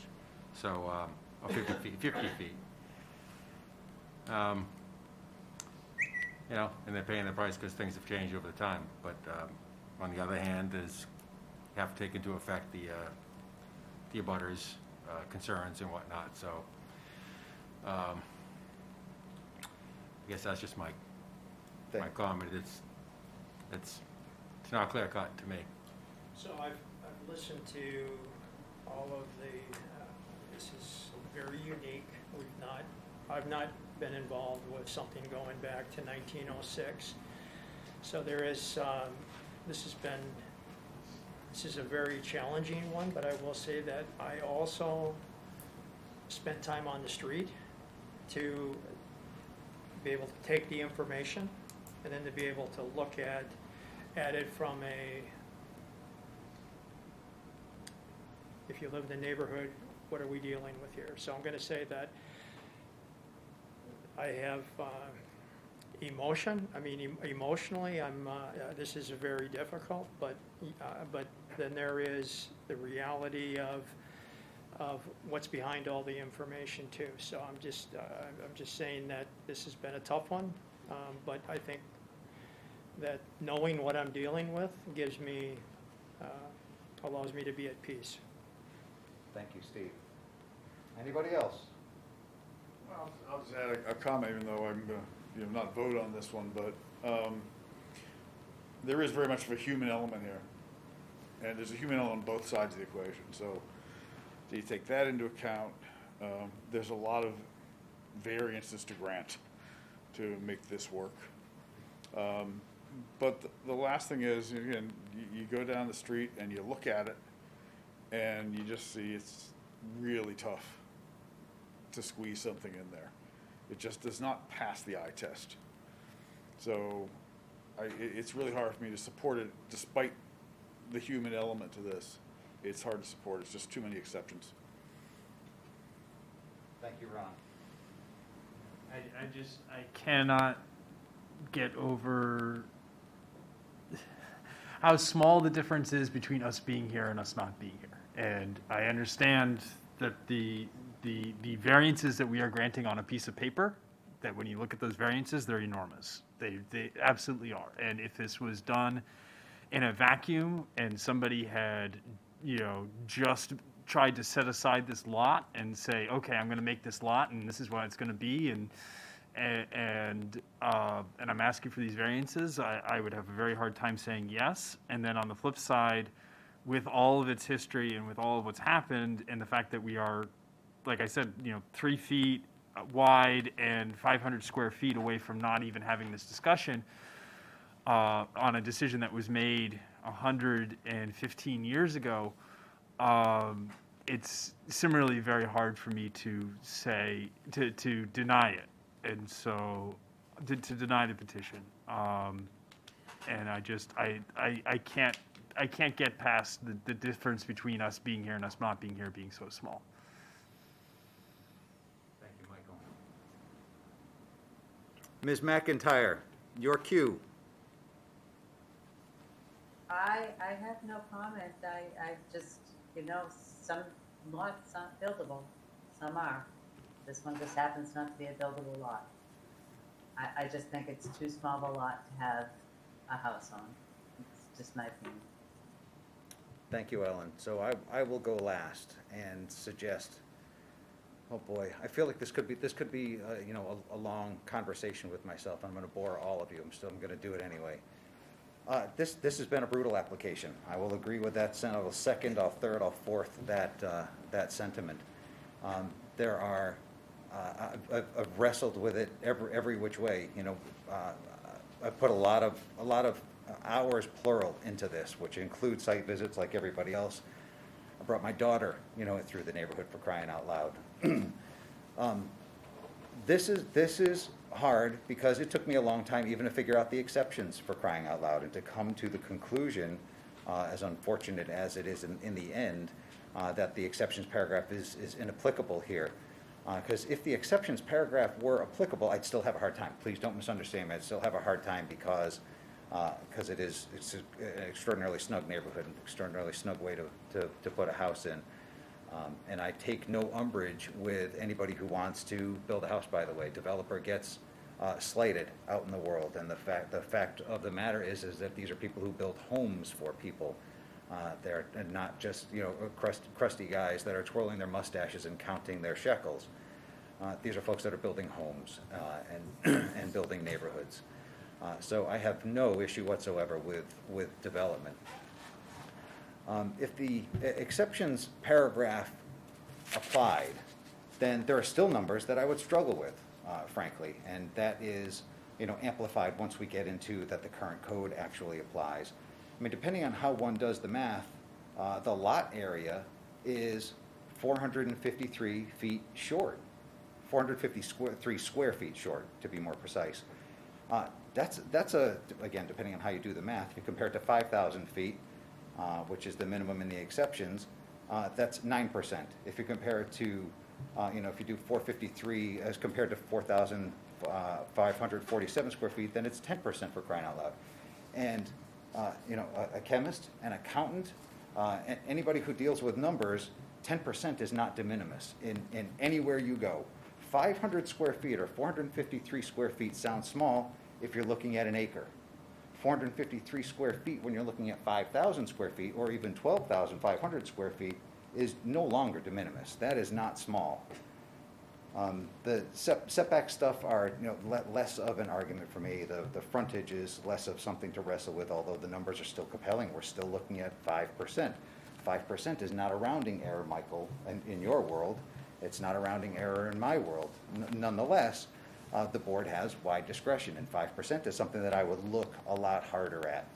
When we get to the application of the current code, however, just the gross numbers just make me gasp. And I can't get there. Then there's the human element that, Frank, did you bring up the human, was it you? It was, Ron brings up the human element, and there are absolutely human elements on both sides of this. There are long-standing interests by the folks in the neighborhood, and there are even longer-standing, one could arguably, longer-standing interests by the applicant in this place. How could we possibly, measure those things? We have to. That is our job. It is what we signed up for. It's not always tasteful, but it is what we have to do. And the human element on this one boils down to hardship, because that is the only element, I think, that I could even start to sink my teeth into. Soil, it's not there. Shape is not there in spite of what the applicant says. This is about size. This is not about shape. This is right angles, straight lines. Shape is about oddly shaped stuff with angles and stuff like that. So soil, shape, topography are all out as hardship. So we have financial hardship. And the hardships that we have heard are past hardships. Unfortunately, that's all we have heard is the years of paying taxes. I am not going to get into the who should have done what, when, and how, because all of us have made decisions or not made decisions and had to live with them. It is not about fault here, and it's irrelevant, frankly. When we have discussed hardship as a board, the last hardship one that I think was taken with a lot of substance was the Columbia gas explosion. The woman who had trouble with her insurance company needed to split and created 2 non-conforming lots, which was an example that you brought up, Stephanie. That was a hardship that actually spoke to the board, and because it was, I'm not going to say because, but a large element was because it was a current hardship. She needed to break off her that parcel, build another parcel in order to pay her bills in that moment. And I haven't heard that tonight. I'm not inviting any further discussion on it. I'm just suggesting that if it were an element, we have not heard it. So where I am is I remain as stuck, I think, as everybody else, because this is an application. This is a home that I want to be built, in spite of the fact that it's thin. The master plan or whatever the stuff is in town says that we need housing. The Commonwealth says we need housing. Everybody says that we need housing. I totally get it, and I'm totally supportive. And I'm stuck because this lot is just small.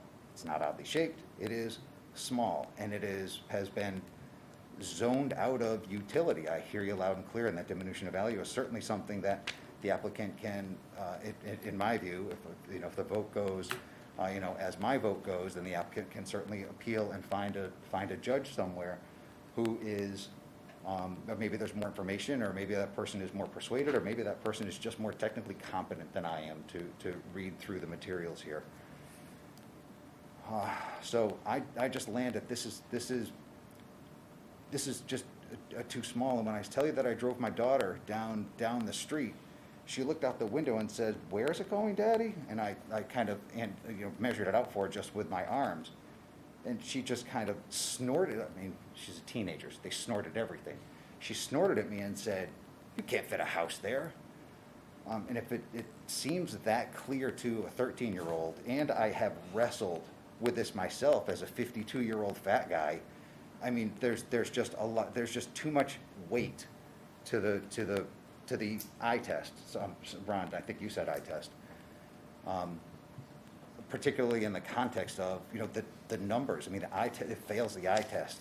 It fails the numbers test. I mean, it passes that. I think it would. We don't have the images, but I have every expectation that it would be a swell house if it went up there. It is modestly proportioned.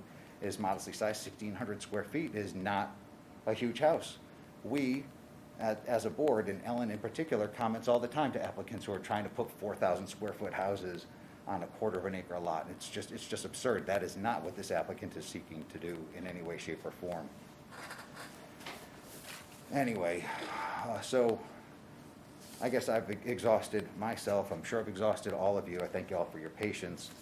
And I think that unless there are any more comments from the board, and comments are invited only from board members, then there should be a motion. So I'll look around the table. Anyone have anything else to add?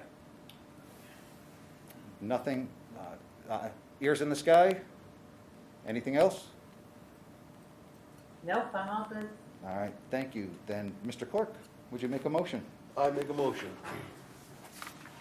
I make a motion to grant the petition of Joseph Grasso for property at 34 Wentworth Avenue, map 67, parcel 2, North Andover, Mass. 01845, in the R4 zoning district. The applicant is requesting variance pursuant to the Town of North Andover zoning bylaws, section 195-7.1, lot area, section 195-7.2, street frontage, section 195-7.3, yard setback, and section 195-7.8, exceptions in the R4 zoning district. The applicant is requesting a variance pursuant to the Town of North Andover zoning bylaw, section 195-7.1, lot area, table 2, summary of dimensional requirements for lot area in the R4 zoning district for the purpose of constructing a new 23 by 35 single-family home.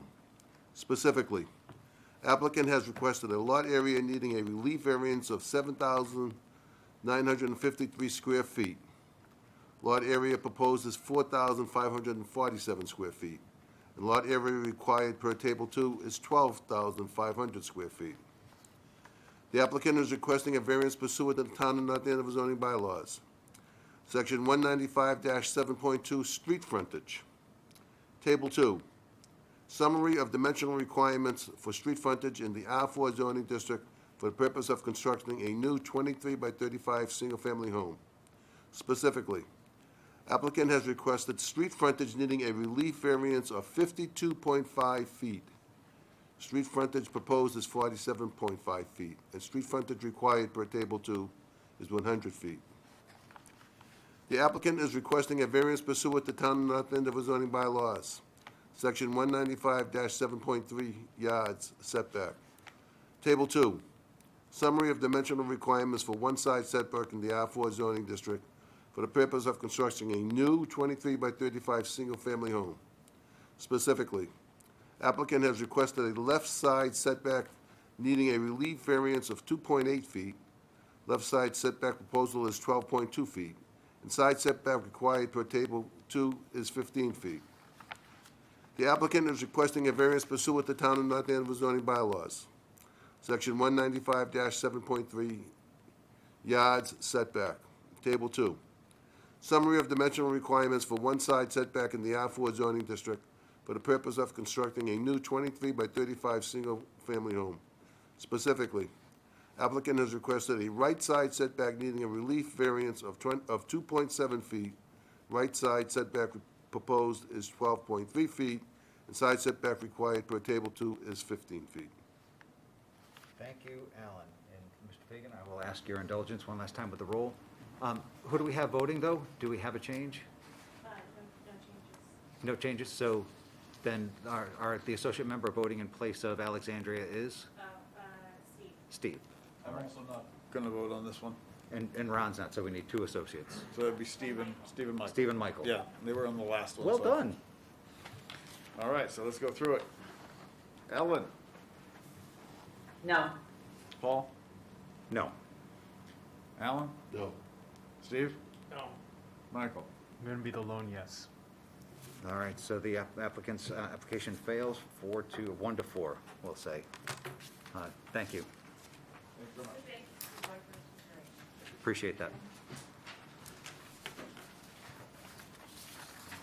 All right, if folks who are exiting, kindly do so quietly and discreetly. We are still in a public meeting. And Mr. Chair, this is yours. If you'd call it. I will take it. Give a minute for the clear. Alexandria, would you like to come back on now? Do I have a choice? Yes, you have a choice. Send the bailiff.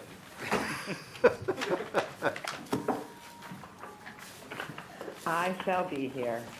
All right, so you're coming back on? I'm back. Okay, so Michael and Steve, I'll ask you to step back, and I'll go back on, and Alexander go back on. Thank you very much, both. I appreciate it. And Paul, thanks for taking over. Thank you. Glad to have you, Mr. Chair. Made me feel very comfortable. All right. So that brings us to, if I can find my agenda. That brings us to item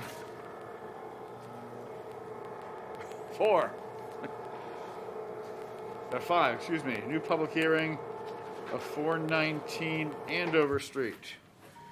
And people who are representing 419 Andover Street. And could you let us know? I thank you. Can you let us know who you are? Yes, it's Attorney Rick Byers from the Office of Johnson and Weinstein. And with me is Dave Sanderson from the applicant from Convenient MD.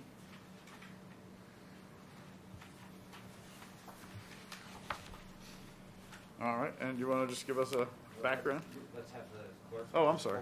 Reading the notice. Thank you very much. I was waiting for that. Rookie mistake. Notice is hereby given that the North Andover Zoning Board of Appeals will hold a public hearing at the North Andover Town Hall at 120 Main Street, North Andover, Mass. on Tuesday, February 8th, 2022, at 7:30 p.m. to all parties interested in the petition of Convenient MD Urgent Care. Did I say that correct? Correct. For property at 419 Andover Street, map 24, parcel 39, North Andover, Mass. in the GB zoning district.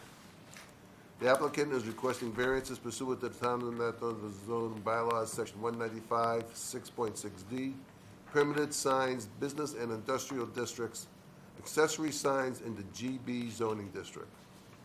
The applicant is requesting a variance pursuant to Town of North Andover zoning bylaws, section 195-6.6D, permitted signs, business and industrial districts, accessory signs in the GB zoning district for the purpose of installing a new sign.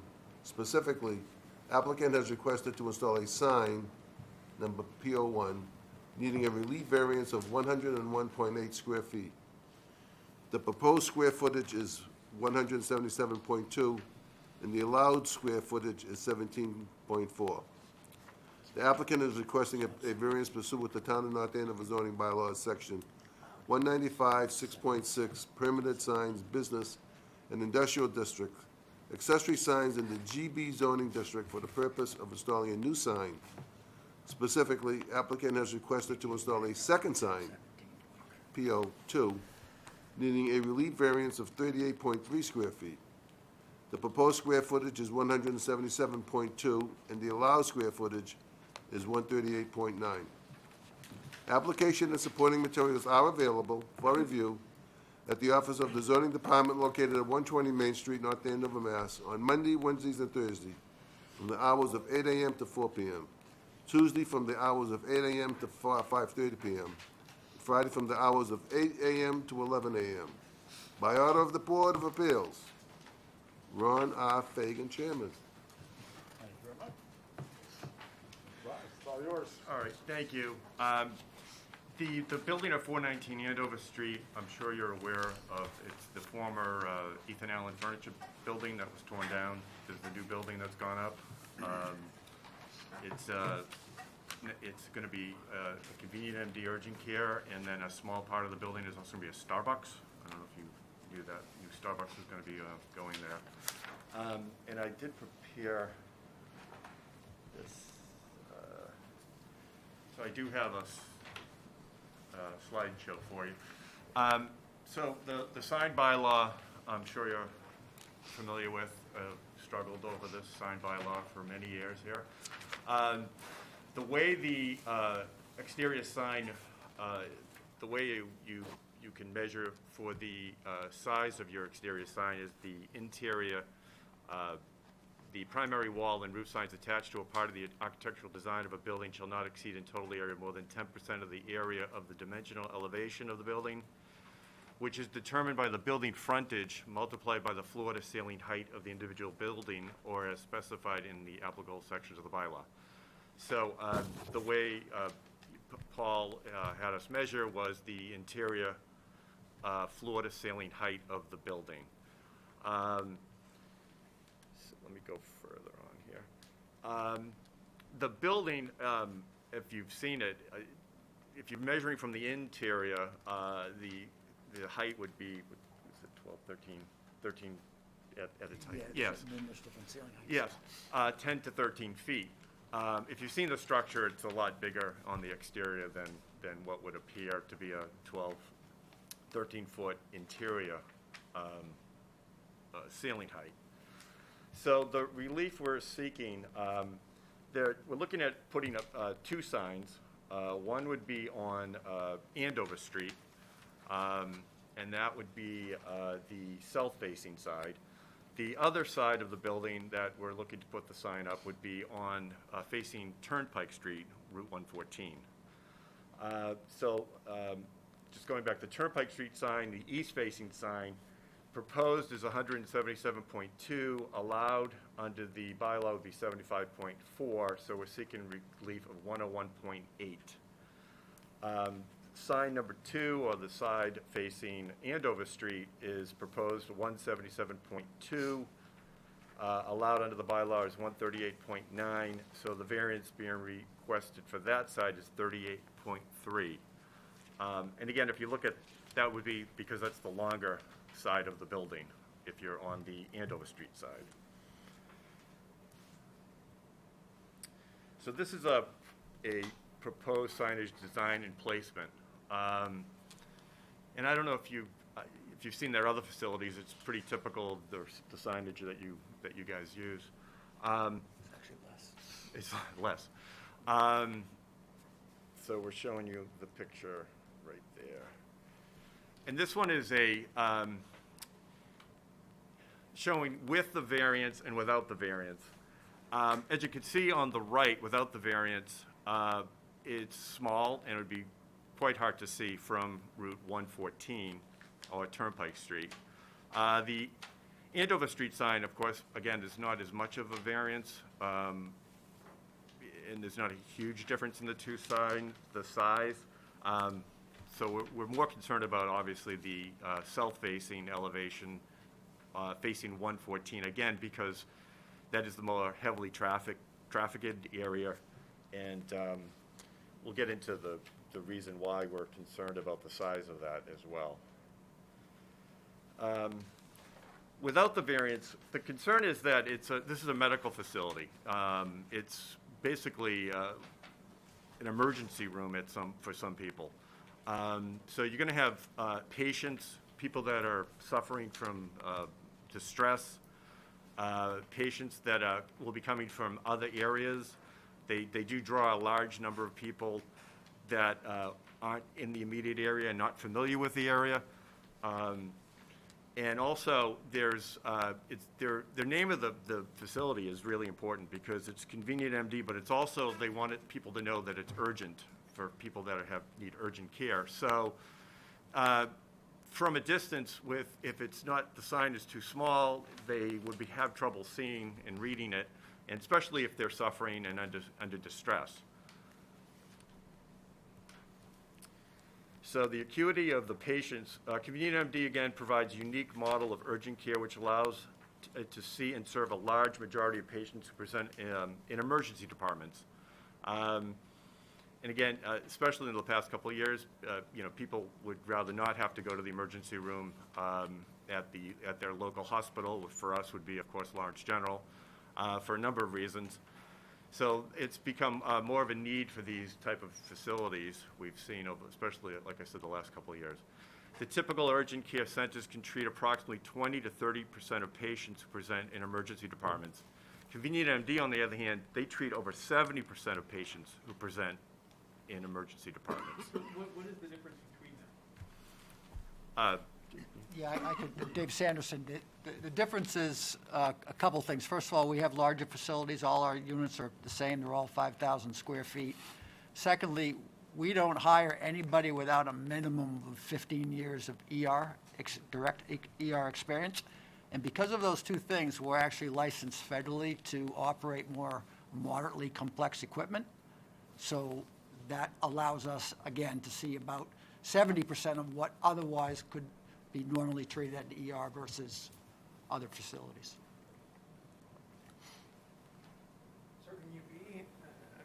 just want to follow up on this one because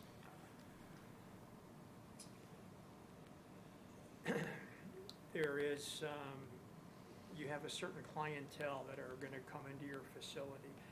What are the treatments or procedures that are the difference between 70 and what are the 40% that you're covering that the rest aren't? Can you tell me about? Yeah, I can try to answer your question. I'm not a doctor. I work in the real estate side, but it's mostly related to our ability. We have our own on-site, not on-site, but we have our lab which is totally exclusive versus any other urgent care facility in New England, right, in Salem. It's mostly blood work. We have X-ray right on site, more physicians, and I apologize, I can get you a detailed breakdown if you'd like that. I was just curious, because 40%, I mean, you're, that's a pretty bold statement, and I'm going, well, what do these guys do that the place on 114 doesn't do? Right, and I'm Could not. we just get the mask up, please? Thank you. Okay, excuse me. Yeah, and we're not saying that in deference of any other company. This is it's mostly lab work, blood work that other facilities can't do. Okay.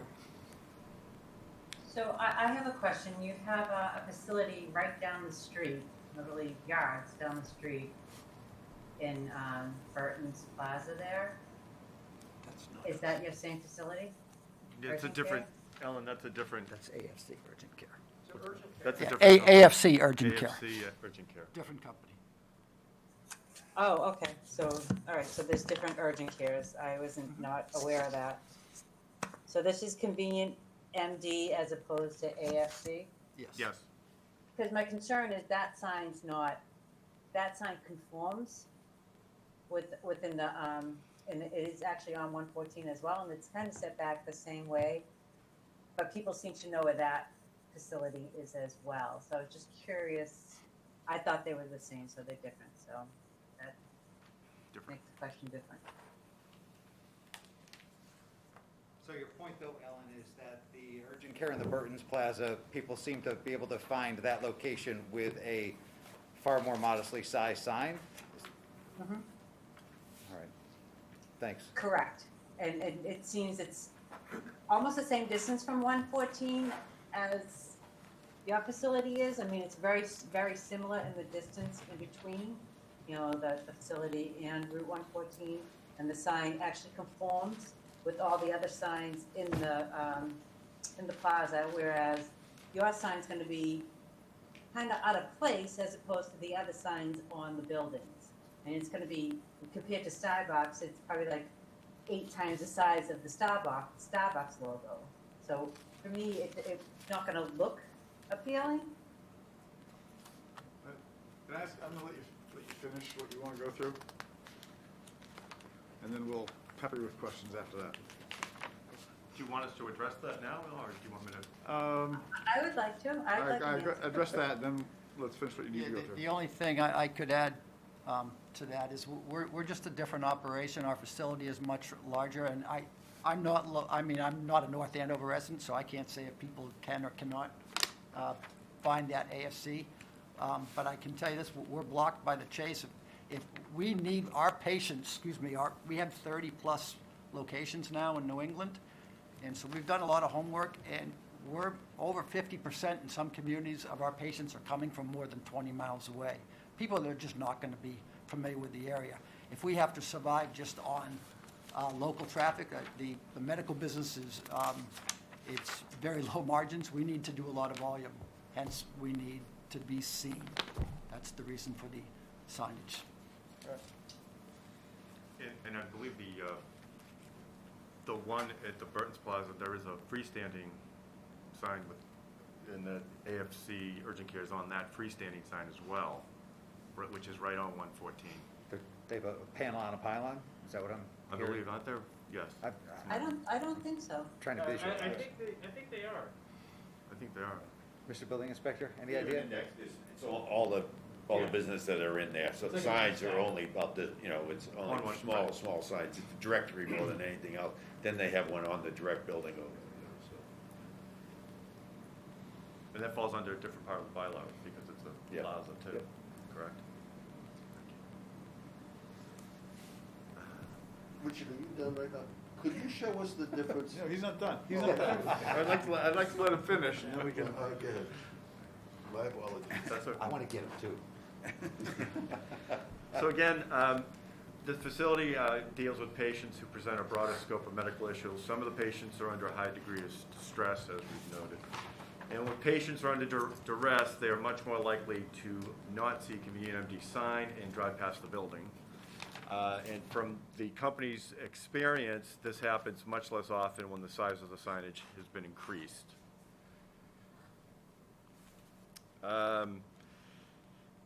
And again, why the variance would be necessary, most patients are not familiar with the area. They, again, draw from a large area that is not just North Andover residents. Due to the unique scope of the care and the low price point of convenient MD services, the insurance companies and large employers direct patients to convenient MD facilities for urgent medical needs.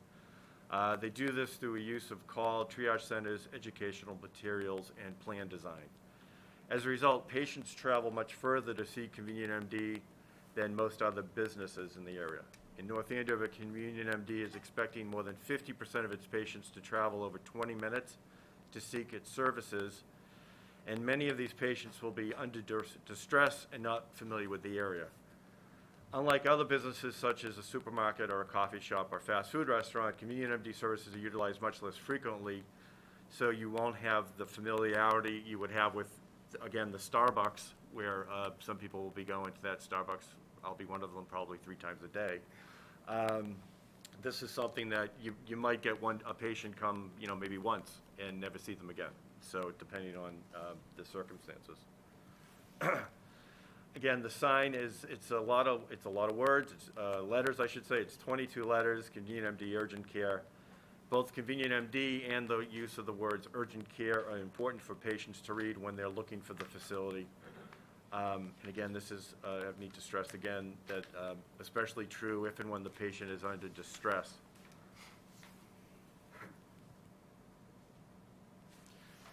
And the proposed variance, we feel, fits the purpose of the bylaw. It protects and enhances the visual environment of the town for purposes of safety, convenience, information, and the welfare of its residents.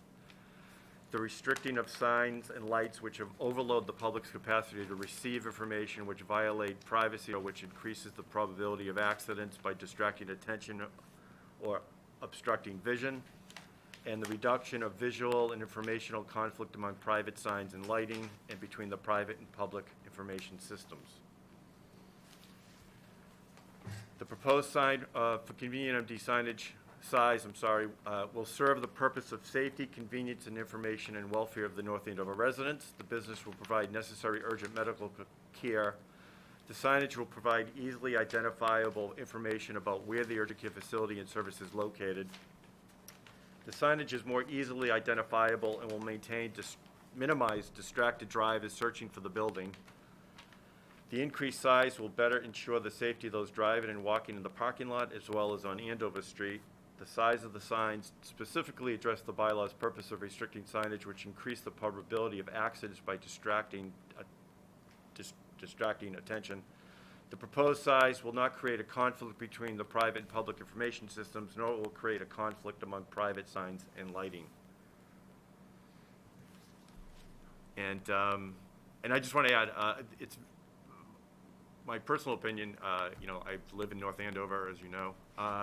And if I'm not familiar and I'm coming up Route 114, heading east, and I think a lot of their patients be coming off 195, coming up 114, I for one would want to make sure that they can find this facility and not, because you go past it, as you know, and then if you miss that light, you could go up to, the Royal Crest turnaround to have to come back down. I don't think it's a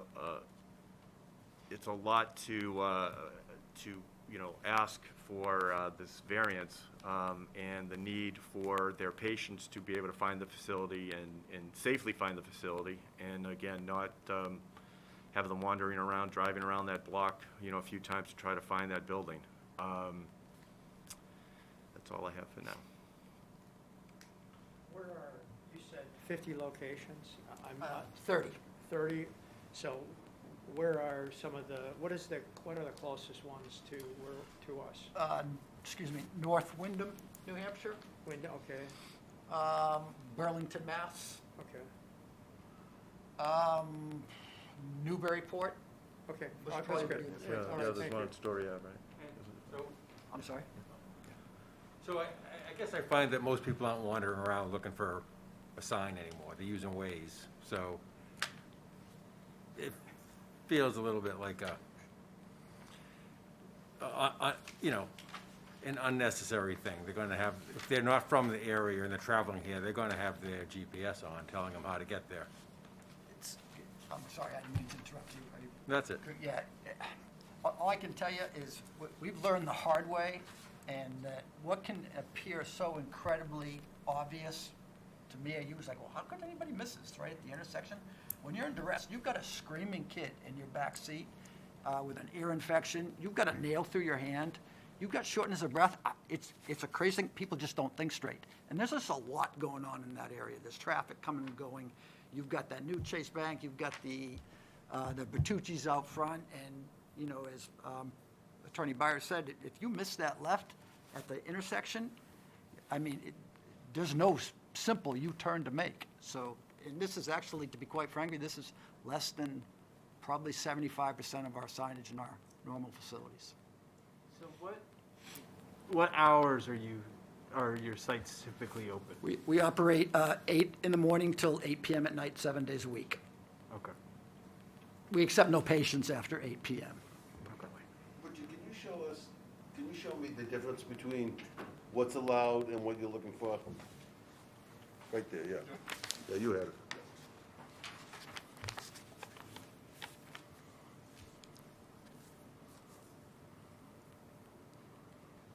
I mean, I do feel like there's a middle ground between what A and you're B. asking for and what would be allowed, which is to say that if you had matching signs that matched what would be on the Andover Street side, you'd be asking for one variance, and that variance would be a lot smaller. I understand that that's not going to be the size that you want, but it is somewhere in between the two, and it would be a much simpler application. I assume these are all externally lit signs? Yes. Yeah. So here's the question I have to ask. Well, you started by saying that the building looks a lot taller than 12 to 13 feet. So what happened to all the other feet? And can I answer that? I guess it was our understanding, and this is the way a lot of codes are written, when you interpret that 10% of signage, it's basically length times, or width times height. It's an exterior sign, so we go, our top of that red roof is actually 47 feet. So the bottom of the roof line, right where the gray is 35. So the 13 that you just mentioned, we have interior ceiling heights. Some are 8, some are 10, some are 13. I think 13, there might be some rooms that are 15 feet. So that's where we came up with the 13. We just took an average. We didn't know how that should be interpreted. Right. How tall is the building? Up to the gray line? That's 35. All right. But you're operating 2 floors? No, just 1 floor. All right. But you have some rooms that are 15 feet. Do you go up to the ceiling? No, but we just have internal, there's just high ceilings in there. It's all part of the internal design. I'm sorry, I'm not an architect, but yes. Okay. I want to follow up when I heard your comment about lighting. I have a question from this guy. So let Steve go. Steve was in the middle of one, and then Alexandra, you're next. So, Great. there was I don't recall seeing in the application where this is a lit sign. Can you clarify that for me? It's not internally illuminated. It's exterior. It's exterior. It's a picture. Okay. Thank you. Alexandra, go.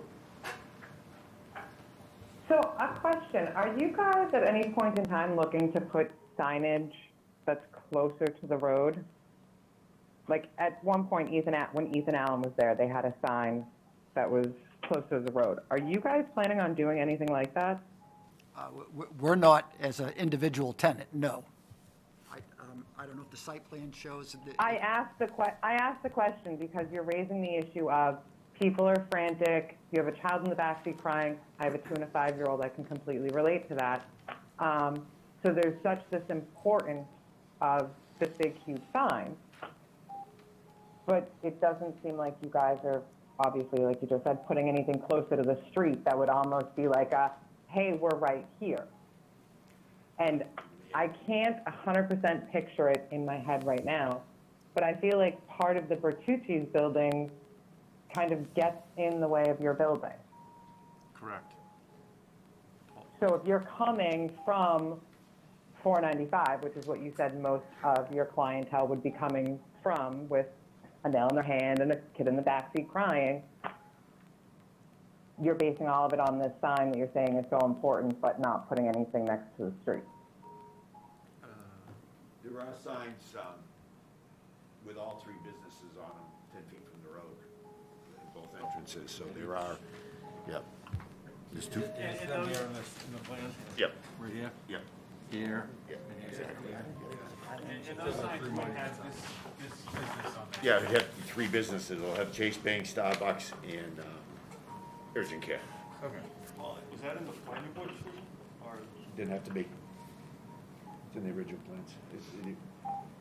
Like I say, I guess I'm They've just already got their confused, because Oh, they you're did? right, you have the Chase Bank, you have Bertucci's, all of which is kind of, Yeah, Bertucci's is a I, separate. like I say, I guess I feel like it's interfering. So if there's such an importance for this sign to be so big, I guess I would feel like there would be an importance for you guys to do something else closer to the street. So as half backwards as this may sound, it almost seems, for me, the fact that you're not doing something else near the street to draw attention to your building kind of says to me maybe your sign isn't all that important.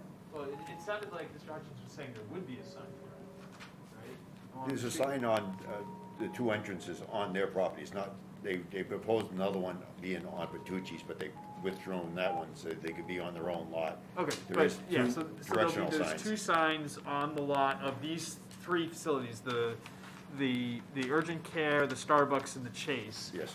And those will be street level signs that list the all three entrances. businesses on Yeah, them. exactly. And Okay.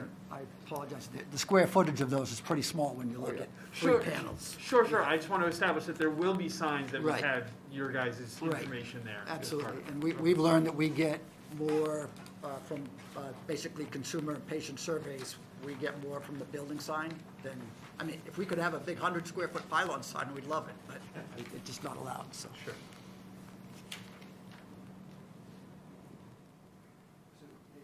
Since there's a lull of brick, I think I missed it, or I'm thick. Would you go back and show me the arithmetic for how you calculate? It's like, I think it was the bylaw? your first or second, yeah, slide. I think it might be before that. No, it's 10%, yeah. 10%, yeah, it's this. 10% of the dimensional elevation of the building is determined by building frontage. Floor to ceiling height. The floor to ceiling, what ceiling? Maybe that's what I'm struggling with. We The don't- interior. First floor, interior ceiling height, so we go like. So, I guess what I'm, like crassly stated, it's not my intention to be pejorative here, but the wasted 22-ish feet from the 13th foot to the 35th foot, that is not something that is calculated in the signage size? Correct. Gotcha, thank you. If they made it as a big atrium on the inside, would that basically do it? Yeah, okay. It's an architectural aesthetics, it just makes the building look monstrous. Sure. Oh, it looks monstrous. So I hear what you're saying about a small sign, people might miss, and a big sign, people may not miss. I just don't know where the dividing line is here. I mean, I'm looking at your picture of without a variance, and it doesn't look egregiously small to me. It's your nice colors, and it's pretty easy to see, stands out. It's not hidden by, you know, bricks on the building or anything like that. I assume that's a pretty good rendition. Why is that too small? Go ahead. I was gonna say, that I don't think the Andover Street side looks that small. To me, the 114 or Turnpike Street, the one on the top right, I think that would be I think that patients would have a hard time seeing that from 114. That's just. With the grade. With the grade, yeah. It only looks small because the wall is so enormous. I think if that wall were smaller, then the signage would appear, you know, it would appear a lot bigger. I think it's artificially diminished, I think, by the enormity of the facade. Unfortunately, if we had to do it all over again, we wouldn't have 22 letters in our name. If it was just CVS, Yeah. it would look different. Amen. Because North Andover House of Pizza is not going to get a 400 square foot sign, I can promise you that. And you're coming to us maybe once a year. I mean, CVS has got 9,000 stores. We Yeah. don't. We need to be seen. But to the point that the Andover Street sign, you know, is, it would be acceptable in most regards, then if they were both that size, they would match, it would aesthetically work, they would, and you'd only be asking for one variance, and that one variance would be comparatively small. And, Well, and again, I feel like that's sort of like, that seems like a reasonable place to come to. Can I just, the only thing the Andover Street side is a lot closer to Andover Street than the Turnpike Street side. That would be my only, difference between the two sides. And the Andover Street side, it's not graded the same, it's just, it's more flat. So if you're driving on the Andover Street, I used to be in the building next door to this, so I'm quite familiar with this location. If you're on Andover Street and where this is located, again, it's closer to the street. And it's also, it's larger because of based on the calculation, that's, the size you could go, as opposed to what they would get with the variance on the left. So, yeah, it's not as big a difference, absolutely, but. And the Andover Street is more local traffic, is that fair to say? And with Turnpike, you get That's people true, too, coming yeah. in, and you're not, on Andover Street, you're not blocked by the Bertucci's and the Chase, so. Yeah, I mean, visibility from 114 is going to be challenging for that building. Yes. I think that that's undeniable, and it'll definitely be much easier from Andover Street. But that is that is an enormous sign that is enormously over what the bylaw allows, and so it is just you're asking for an extraordinarily large variance, and that's where it becomes trickier. So you said that 50% of your signs are of this size or larger. Could you go back and repeat, and then when the number or the size that you're comparing to, is it the 114 size, or is it the Andover? Yeah, I'm just trying to recite them off the top of my head. Like Wyndham, which is closest, that was our very first clinic. That's probably not, that is actually over 10 years old now, so that's not a good example. That's one of the lessons we've learned the hard way. Burlington, Mass. is, we have three signs on three sides of the building. I believe they may be each 200 square feet. Pembroke, Mass. Has three signs of either 275 or 300 square feet each. Newburyport, that's part of a multi-tenanted building. There's only two signs there, but I think they may be 175 square feet. I think one's 200, one's 175 on the side as well. So what you're saying is that These are not inconsistent. this is not exceeding, this is small. You have some sites that have bigger signs than this. Yes, sir. Okay. So if you're traveling eastbound on 114, at what point are you going to see this sign? If you look at your site plan you have over there, because the angle of the road and the Bertucci's being in front of it, if you're traveling eastbound, I'm not even sure when you see that sign.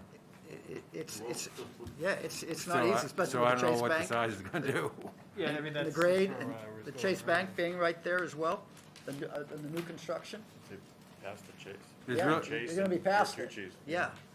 So what good does it do to make it that large? Well, I don't know when you're gonna see it, going It eastbound. helps. I can't answer your question exactly, but having 177 is gonna be a lot better than having 74. Well, at least they'll see it before they get to the Andover Street intersection too. Yeah, if you Well, miss at it that there, point, then you're gone. travelers away from it. You gotta look back over your shoulder to see it at the end Yeah. of the street, Well, if you look at the site plan, you know. I just,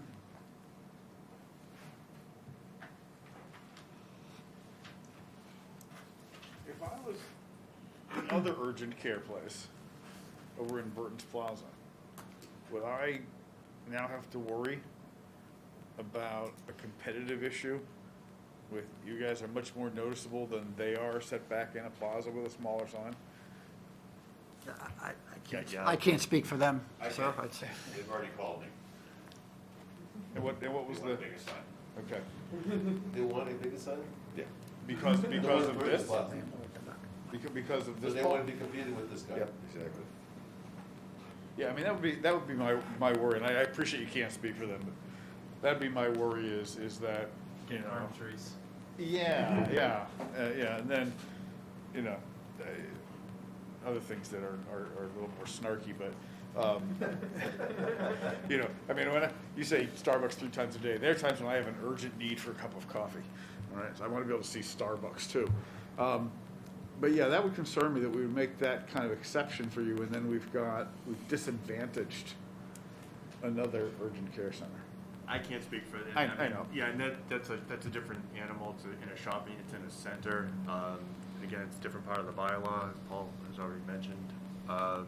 They would hate to talk to their landlord about something like that, and then if they came to the board, that would be a different applicant, different application. This isn't done with the intent to, put them out of business. This is strictly being done, for their patients to find them and not cause a distraction. And again, distracted drivers, I for one, go through that intersection twice a day at least. I'd be concerned about some sick patient trying to find that building, that's all. So again, I don't know what and I've been to that other urgent care center myself, so I'm familiar with it. So,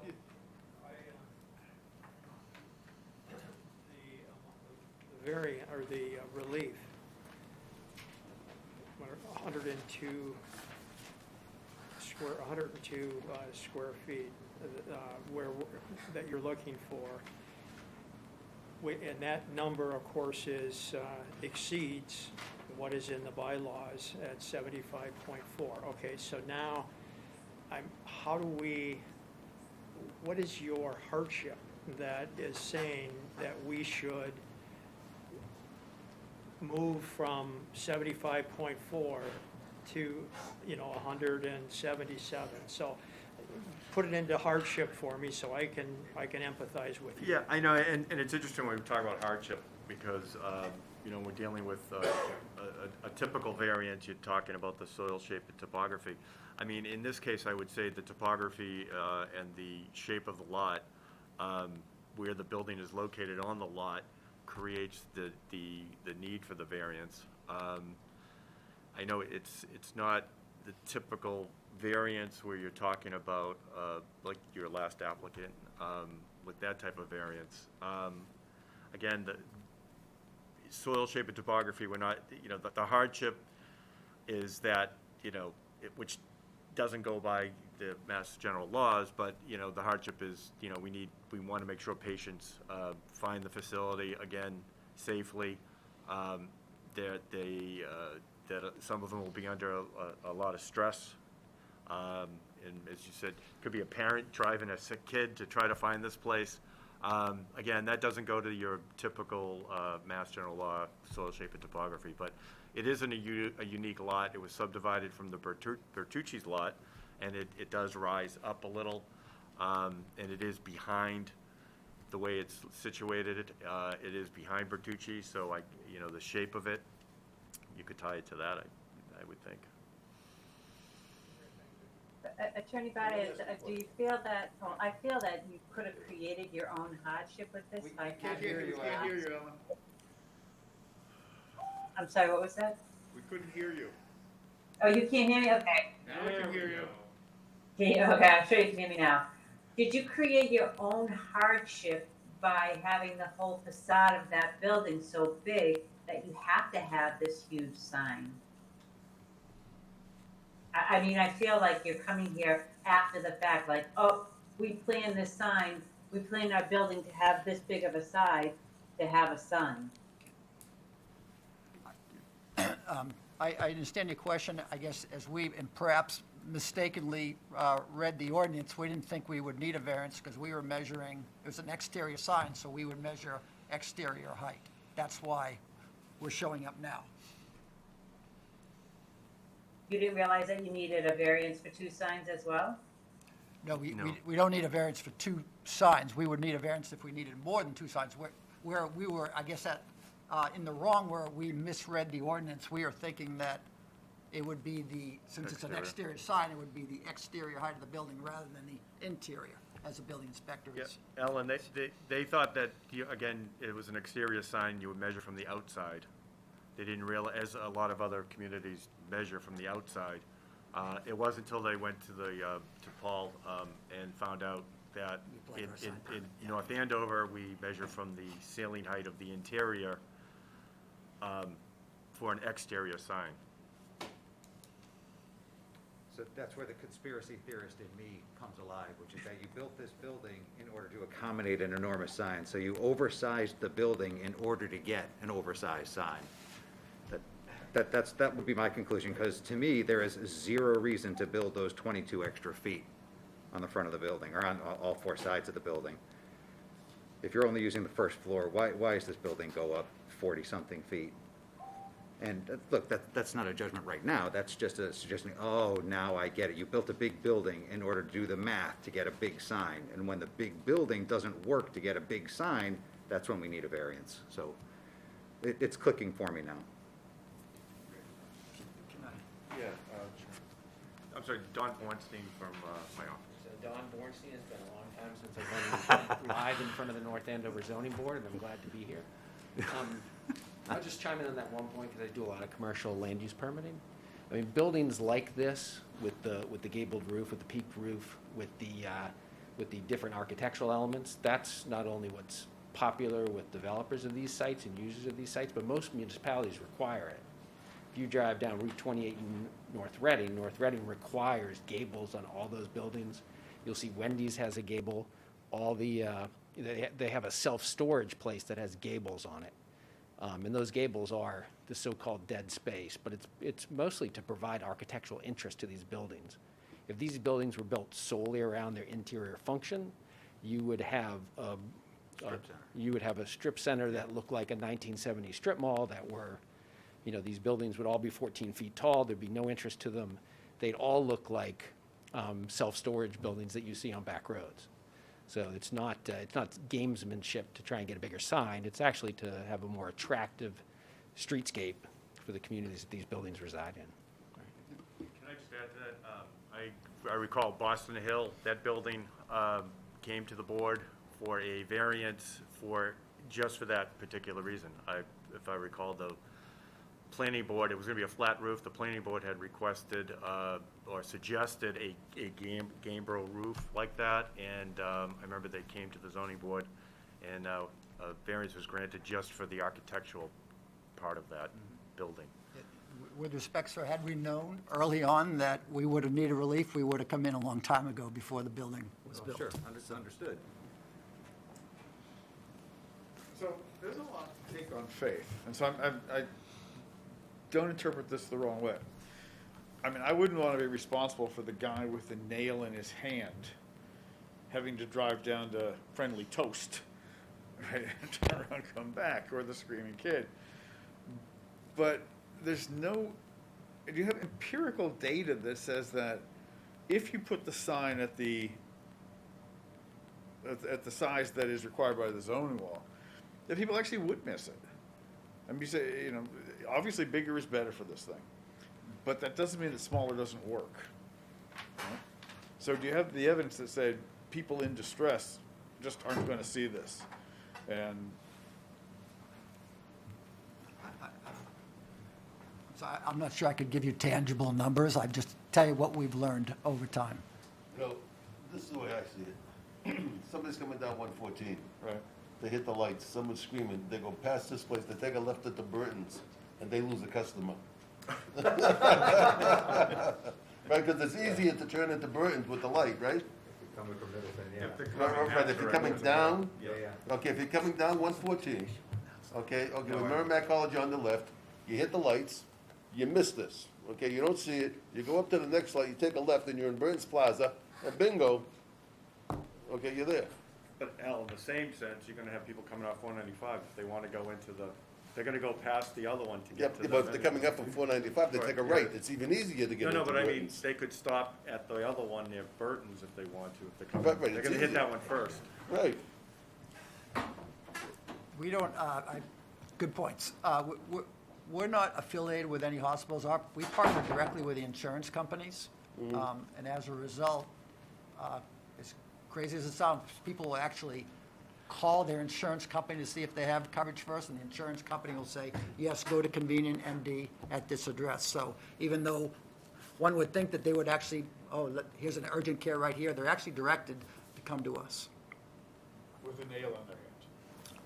I wouldn't be calling my insurance company if I had a nail in my hand. I could tell you stories of people with fishing hooks that drove an hour and a half from Keene down to Salem. We put 77 stitches in because he wanted to save, because it wasn't, his insurance company didn't cover it, and he came down for a $25 copay, drove that far. I mean, I can be honest. So like my son, when he had we had double pneumonia when he was 2 years old. I took him to an urgent care center, and then he needed to go down to a hospital to stay overnight. And both the urgent care center were in network and the hospital was in network, but the ambulance was not in network. And I ended up spending a year fighting a $4,000 9-mile ambulance ride bill. Isn't it horrible? Yeah. Okay, I know what they did to my mother, that's horrible with the ambulance. And so my point is that this entire medical system is full of traps like this, right? Yeah. And that if you go to the wrong place, you can end up paying an extraordinary amount out of pocket. I can tell you, sir, I believe that, but factually, we are an industry leader. We're only 1.5%, 1.6% of our patients that actually come to us are actually transported to a hospital afterwards, versus the industry average of anywhere from 6 to 8%. Does that have to do with the higher level of care that you're able to offer? Yes. That you people offer. I'm sorry? The higher level of care that you people offer. Yes. Yeah. You went to the place at Wood Burton's, similar levels of care?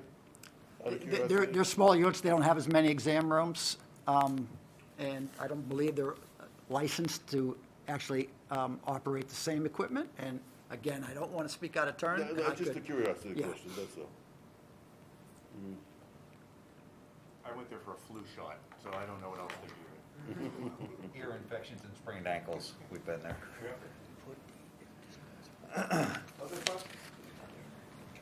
Well, look, I'm stuck. Do we have public comment? There's one other gentleman in the room. I just want to make sure. Paul had another question you want to make, a comment? I guess the question is, look, you were here for the previous meeting, and Rick's been around for other meetings. I'm stuck on the numbers, guys. I mean, 2x on the signage, over the variance is going to be extraordinarily hard for this guy to swallow. Again, the board is made up of five different votes, but it's over 2x. And I hear you loud and clear. Visibility. Look, every retailer that walks through the door wants a bigger sign. I totally get it. It's really important for our customers to get to me because, they can't buy a present for grandma on anywhere else. This is, you have, a unique, I think, imperative in, the guy with the broken nail. And not a broken nail, but a nail through his guy with a hand. nail in his hand. Yeah. If I'm that guy, I swear to God, I'm listening to Siri telling me for the last 3 miles, turn left in 3 miles, turn left in 2 miles, turn left in 450 feet, turn left in 100 feet. Siri's got my back. So I don't, as a guy with a nail in his hand, would it be swell? I think that there's, this beacon of salvation called Convenient MD with a 300 square foot sign. Yeah, I mean, I guess so, but Siri's getting me there, not your sign. So I guess those are just comments. I apologize for stepping on. If you were moving to the gallery, I apologize for stepping on that. Yes. Any other questions from the board? Then I will ask the gentleman in the back. Come up and make your comment. Name and address, please. My name is Nathan Hoder, and I live at 9 Rock Road. So we have a really good view of the east side of the urgent care facility, so I'm not getting in the way of them trying to attract customers. I understand where they're coming from, so I think the board will make the appropriate decision for the PO1 sign, I think. My concern is more about the east side sign and trying to keep that as small as possible as the town allows, just because we have a direct view of that through our backyard as well as a couple of our my neighbors up Rock Road. So we just kind of see that. We saw the Ethan Allen build like standing sign on the sidewalk, which was illuminated at night, especially as it got dark earlier in the summer, in the winter time. It was just a nightlight, I would say, for our house. So I think I also have a question about what the lighting laws are in terms of how long exterior lighting will stay on at night. Is it all night? Is it 10 p.m., et cetera, for our area? So that's one question I have, but I would just like to keep it as small as possible for our neighborhood to just not be illuminated as much as possible. So, thank you. Again, just to be clear, you were talking about the east side elevation? Yes, the Andover Street side sign. And that's what was referred to as PO2? Did I hear you right? I think so. Yes. PO2 is Andover Street. The east side, right, is the? Yeah. Facing east side, yeah. East. There was some conflicting I'm sorry. description on the South. Hmm? Andover Street is the south facing side. Andover Street, the think south side? that's- Yeah, there's one building going east-west. Well, it's the east side of the building. East side of the, yeah, I guess it, yeah. Okay, East so, side of the building, okay, yeah. so the south side is, Andover Street, right? How far down, where are you on Rock? We're the first house on the Oh, right. okay. Yeah, so we're, like right here, so right next to LaFawn Insurance, Yes. we're the one right behind them. And our backyard, my neighbor Nancy, other neighbor Nancy, so we're right here, looking at the PO2 sign, right across the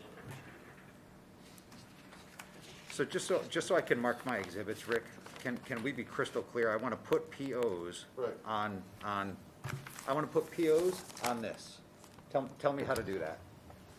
Which one is PO1 and You're PO2? telling me the south side is Andover Street, but I'm looking over here, is this east Andover Street? PO1 is Route 114. That's the So on the exhibit that you, east-facing side. on this exhibit, let's start at the top left. And is that a PO1 or a PO2? That would be PO2, Andover Street. That's PO2? Yeah. All right, now let's move to the right of that, the rear north side. Just to be clear, I guess there's no signage there. And then PO1 is facing Turnpike Street. It's right here. I can't. So is this PO1? I don't want to look at Yes, that. I'm yes, asking you to fill that this is out correct. for me. Which is PO1, which is PO2? Top one- left is? That is Andover Street, which is PO, I thought it said Andover Street's Okay. PO2, right? yes, Which means that the bottom right is PO1. yes. So, All right, thank you. Sorry about that. okay, now I'm a little confused here. Let's continue with the POs, please. 2 pages later in the exhibit, we have this. Is that a PO1 or is that a PO2? That's Andover Street, that is,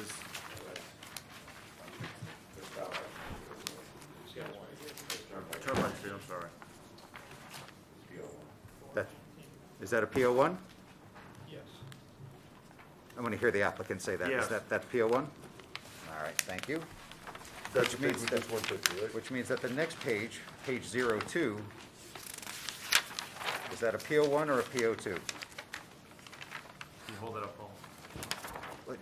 They're your exhibits, Rick. I know, You I know. You submitted them.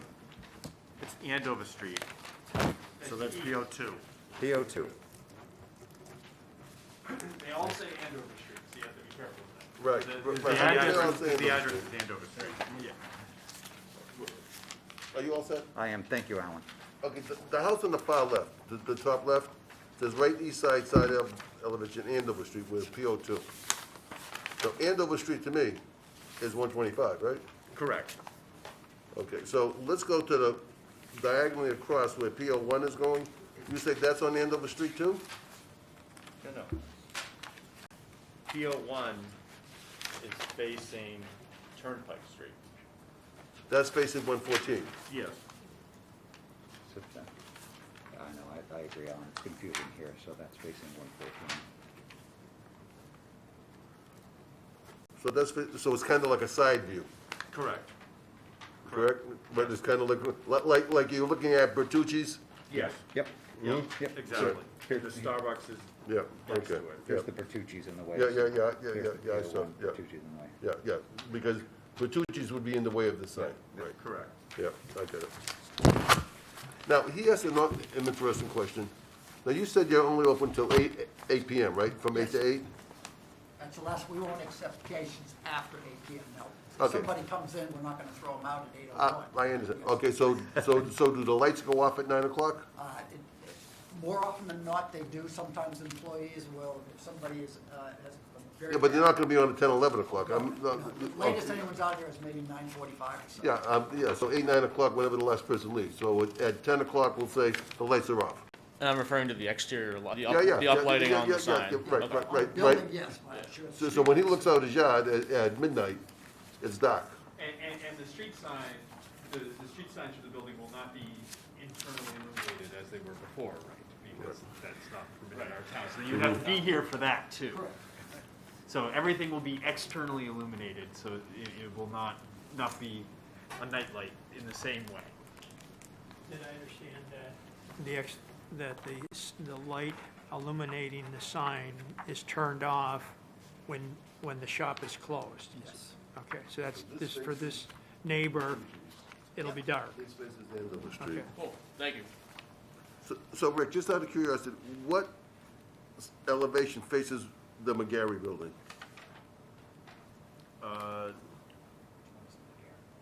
That would be the north side? It would be, that'd be going north. Right. Exactly. Right, so the north side faces McGarry's building. Yeah.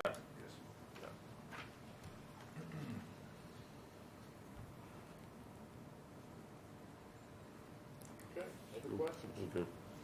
So I'm glad that we got some clarity on the last patient. When December rolls around and the sun doesn't come up, anytime soon, when do lights come on? Generally, the employees start showing up around 7:30 in the morning, so. Gotcha. Thank you. So have you assessed the impact to the business if the sign is not granted that's being requested? Have you looked at all contingencies? To be quite frank with you, again, we would have done this 6 months ago before we started construction. We would have come in for this variance because had we known otherwise, I'm not sure because of the cost involved. I'm not sure there's a tangible way to determine it other than past experience. So you began by sharing the presentation. I'm going to say, I'm going to call it anecdotal data. I mean, it was things like people in distress, and so on. I mean, there isn't any, I'm going to say there's not quantification behind this. I mean, it's you telling us this information and then asking for this times two the zoning bylaws. I'm just trying to put the pieces together to see how does this justify such a modification, such a large variance to what our bylaws say. I'm just looking for more data, I guess. That's my question. I don't know what it is that I'm looking for, but I feel, and I'm feeling anecdotal, and I'm looking for some hard data.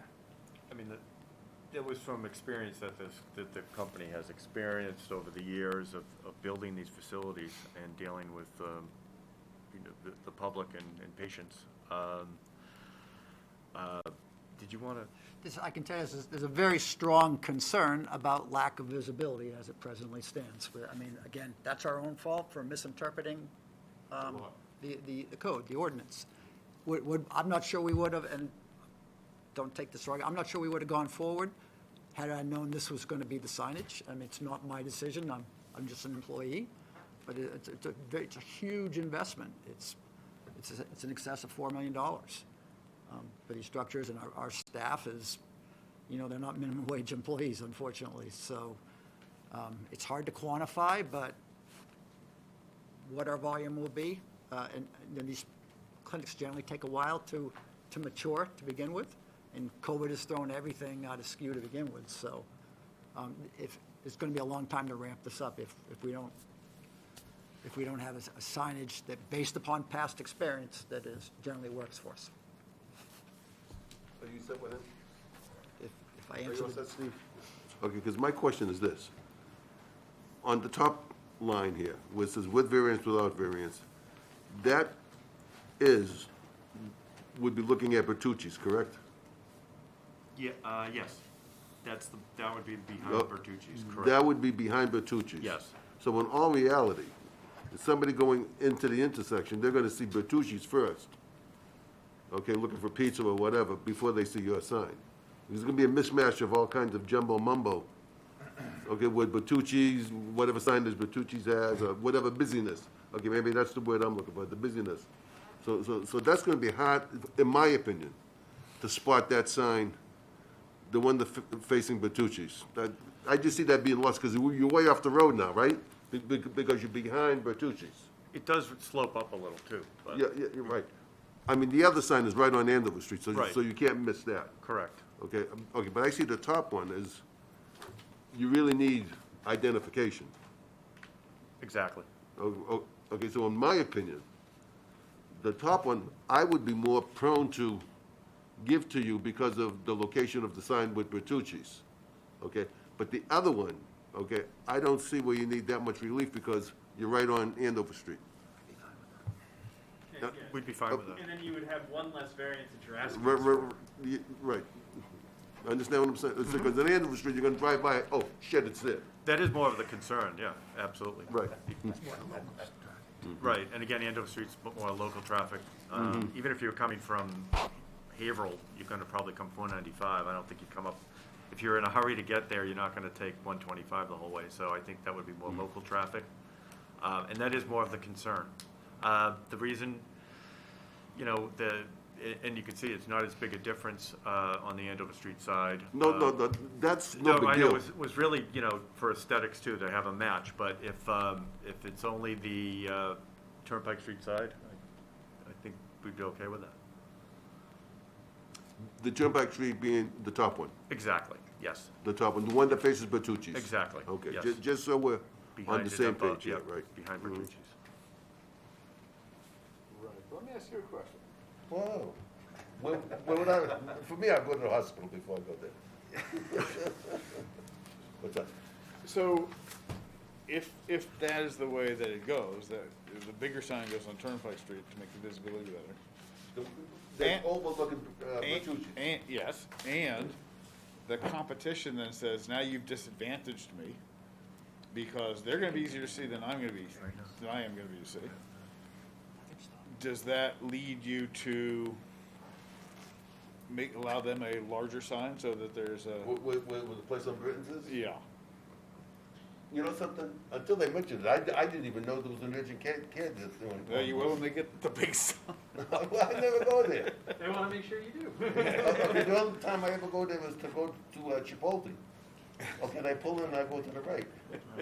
Okay, so I never even knew that there was, and isn't there a gymnasium under the Bird place, some boxing place? Yeah. Yep. Yeah. I figured you would have spent time at Chico's way back when. Maybe J. Jill.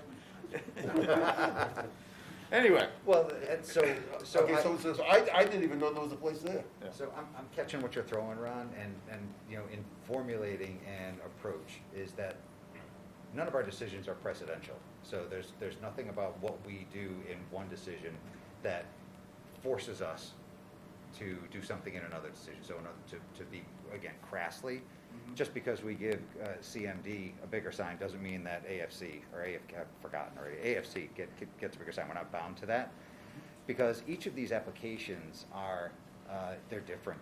You know, the locations are different, the buildings are different, the neighborhoods are different, the abutters, all that stuff is different. So the distinctions are extensive and varied enough that you can make sound arguments that suggest Bertucci's is in the way, so it made sense for the sign to be larger on Turnpike Street. In your case, AFC, and this, look, they haven't filed an application. We haven't seen what it is. AFC could file something that is, instead of 2x, it's, another 10%, which is, to me, more sensible. But nonetheless, we'd be able to say, there was, because of, neighboring conditions and the distance from 114 and the obstructions in the sight lines, then a larger sign make more sense. In the Burton's case, it would make less sense because there's a nice straight line. There's not a Bertucci's in the way. But a corollary to Ron's question is, would we be putting our thumbs on the scales of the competitive ecosystem, right, in a way that is unjust or unfair? Right. Even or maybe especially if we don't also grant a sign variance to another business, then are we basically unwittingly favoring one business over another? Therein lies the signage fight. Every retailer thinks that theirs is the most important and best business on the street, and it needs to fend off the competition. So I hear you loud and clear. Are we favoring CMD because we get? I think you're favoring CMD, not you. I think that I would be favoring CMD if I gave them a 2.3x for crying out loud over the ordinance. But more modest increases in both locations are not something that offends my sensibilities so much that I would say, oh, Jiminy Crickets, I better not do anything now. Sure. But it's exactly that question of, right, like, at what point do we sort of overstep into, again, disturbing the ecosystem, so to speak, of like a and I think that we're not necessarily disturbing the ecosystem because we're not doing it in order to advantage convenient MD. Sure. We're over AFC. We're doing it because there are circumstances related to the site that suggest it could be warranted. Yeah, and I think the question is, do that and no more. Yeah. Right. Yep. So let me ask this question. Are we done with the public comment piece of this? You all set? Okay. Because I think we're moving into the board discussion. You got nothing more to say? Well, the applicant could certainly have more to say. I forgot about them. You have more to say? Because these are comments of kind of first impression, so the applicant could have some feedback based on our quick discussion. I would only add, there's nothing to prevent them from coming in other than, it would be a different application. Sure. They're dealing with a landlord there that may or may not even want them to come in. And again, if the landlord gives them the okay, the bylaw is different when it comes to that type of facility versus the convenient MD one. And as Paul said, and I know for every application, I can't tell you how you would vote on that one. I don't know how you're going to vote on this one. You know what I mean? So they're very. And it's definitely not it your sounds like job they've to run already their called business, Paul. right? What's that? It's definitely not your job to run their business, and I appreciate and I get it. And if they feel the need to come in, then their landlord's okay with it, and maybe they will. I don't know, but again, it's not being done to put them out of business. And again, a lot of their facility deals with a lot of referrals that are looking specifically for them from insurance companies and employers, as we mentioned. So versus their facility, I don't know if they get the same referrals. So I think it's it would be like I said, a different application, but maybe they will. I don't know. Paul, what is the bewitching hour for us? Isn't there a time we have to shut down? We used to shut down. The union? But yeah, but I thought there was a stipulated time we had to I stop. thought it was 11 o'clock because of the janitors or something. Yeah, it's traditional. It's traditionally 11. Okay. Right, because of the janitors union or something, they have to shut down by We then. lose Jennifer at 10 o'clock because of the union. Yeah. So, I thought it was 10:24. You know, Ellen, I have to agree with you. I think it is 10:24. Ellen, I know for a fact you've been here a lot later than that. Yes, we used to do 3 o'clock meetings. So has Starbucks applied for a permit yet? Are they gonna be looking for a variance? Because they're on that same side. Yeah, I can't say anything. They're, if you look at their signage, it's pretty small, but they have a small, like you see, Which is why they would need a variance, right? Well, if you look at the signs, it's pretty small compared to convenient, but their square footage is a lot smaller too, so, you know what I mean? And people don't read Starbucks, they know that symbol, you know what I mean? So if Urgent Care had a symbol. A better Starbucks type thing. Yeah, that's what I'm saying. So just as a general matter, to throw the comment in, I appreciate that we've had comment from the gallery. Like, for me, I need to see a reduction in some way, shape, or form. I just can't, I sit here and 2.35x over code is just not something I can abide, particularly when I've heard or surmised or whatever it is that, you know, if we have to do differently, we do fewer than 12 letters in our name, for crying out loud. Because as I pointed out, if 12 letters in your name get you 177 square feet, North Andover House of Pizza is 21 letters, almost twice, so that's a 350 square foot sign for North Andover House of Pizza. I mean, give me a break using that premise. You don't like the pizza, huh? So I'm just a guy who says if we're going to be voting tonight, I'm not sure that I would be certainly not be a guy who would be in favor of a vote that allows 2.35x over code.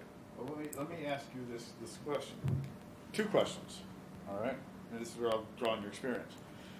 One is, what would make you comfortable? Because the last thing I would want to see is to counsel the applicants to say, we'll come back with something smaller, and then have that be out of the ballpark, and we do that back and forth. So I'm curious what the comfort level is.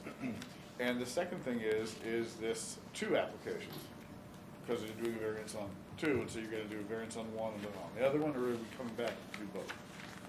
All right,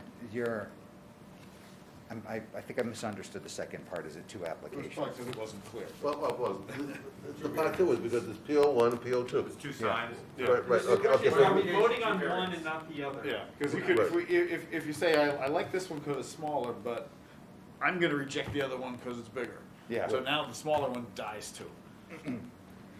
So, you mean, can we separate the variance so we got part A and part B? Yeah. I don't know the answer to that. We've never done anything like that before. Ordinarily, there needs to be a vote or a withdrawal by the applicant, of the second one. And in either event, there's still some change associated with it. Ordinarily, in cases like this where a board member, I'm the only one chirping right now, so I'm only taking responsibility for myself regarding the size of the sign. If a board member is uncomfortable, then you as the chair can certainly, have the vote. Alternatively, we give the applicants, a chance to go back to the drawing board, sharpen the pencil, whatever, metaphor we want to use, and then come back. When it comes to giving the applicant direction, I'm not the expert. So I'm a Philistine. I'm allowed to say I'm not comfortable with 2.35x, please come back. I'm not comfortable with an 8-foot setback. Applicant, please come back with something different than that. I don't know what makes me comfortable because there's a context. They're the ones with the CAD programs. They're the ones with the design programs. They're the ones that can shrink and grow and find their tolerances. And then hopefully their tolerances end up matching the board's tolerance. Paul, let me ask you a question. After that big speech, the one sign facing Bertucci's, PO1, are you upset with that one? I mean, you think the lettering is too long? The one facing Bertucci's, PO1, you think that's too big? I mean, can you swallow that, yes or no? Well, once again, Yes or no, Paul? No, I cannot swallow 2.35x. Okay. Paul, Because if you can't swallow PO1, you're not going to swallow PO2. I can swallow a bigger sign, but what is almost 2.5 times the ordinance? I'm asking a question. Can you Just swallow as a- PO1, the one that overlooks Bertucci's? Let me take, if I may, take temperature from other members of the board as to whether And not that I'm upset, I just have it to would go behoove back. them to go back and reconsider size. I mean, I'm not voting on this one, but I said earlier that I think a reasonable middle ground would be something along the lines of only one variance and the two signs matching size. Ellen and Alexandria, can I take your temperature as well? I'm lukewarm. We should get that checked out.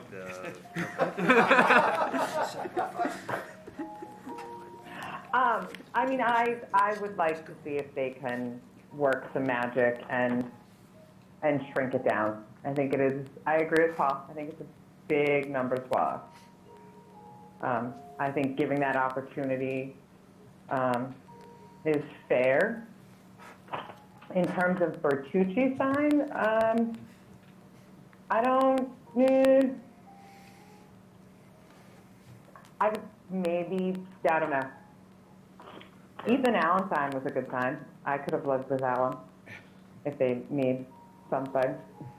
Okay, so you're of the opinion that it would behoove them to come back with a different dimension. Yeah, and I mean, I think, and my assumption, because I don't do signage, my assumption is it's not that difficult for them to come back to us with, differences, whether it's, I don't know what the lowest they'd be willing to go is, or what their middle is. Obviously, everything comes down to a compromise. But where they're at now is probably just too big to swallow. Steve? Yes, thank you.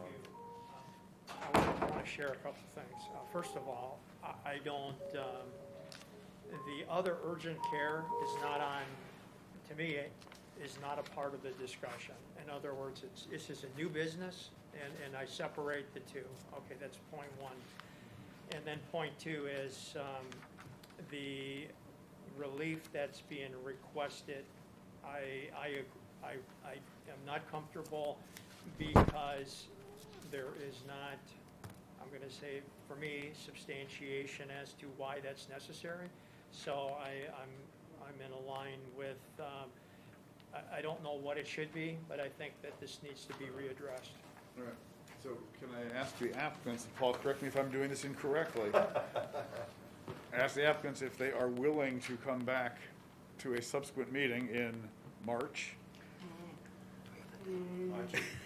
When he's awake. And Paul might know the date. What? March 8th. Is it March 8th? Yep. Okay. March 8th with an alternative. All right. Is that all we need, or? He has to sign a time waiver, right? Okay. Thank you. You play Jennifer very well. Thank you. I appreciate it. All right. Yep. So- So we'll Okay. continue. Would you get the waiver from Paul? All right. So that closes this for tonight. Well, we make a motion to continue. Motion to continue to March 8th. Do I hear a motion to continue? I make a motion to continue it to March 8th. I'll second. All right. So just so that Jen hears, it was Alan and Steve was the second. All right. I think we can just do this by voice. No, we'll do roll Yeah, because we have people. All right. So the roll is Ellen for continuance. Yes. Paul. Aye. Alan. Yes. Alexandria. Aye. And Ron votes aye. All right. So we are continued to March 8th. Thank you all. Thank you, folks. Thank you. And with that, do I need a motion to adjourn? I make a motion to adjourn? I make a motion. All right. Alan motioned, Michael seconded. All right. Go up the roll. Aye. Paul. Paul, aye. Alan. Yes. Alexandria. Aye. And I vote aye. We are adjourned to March 8th. Rick.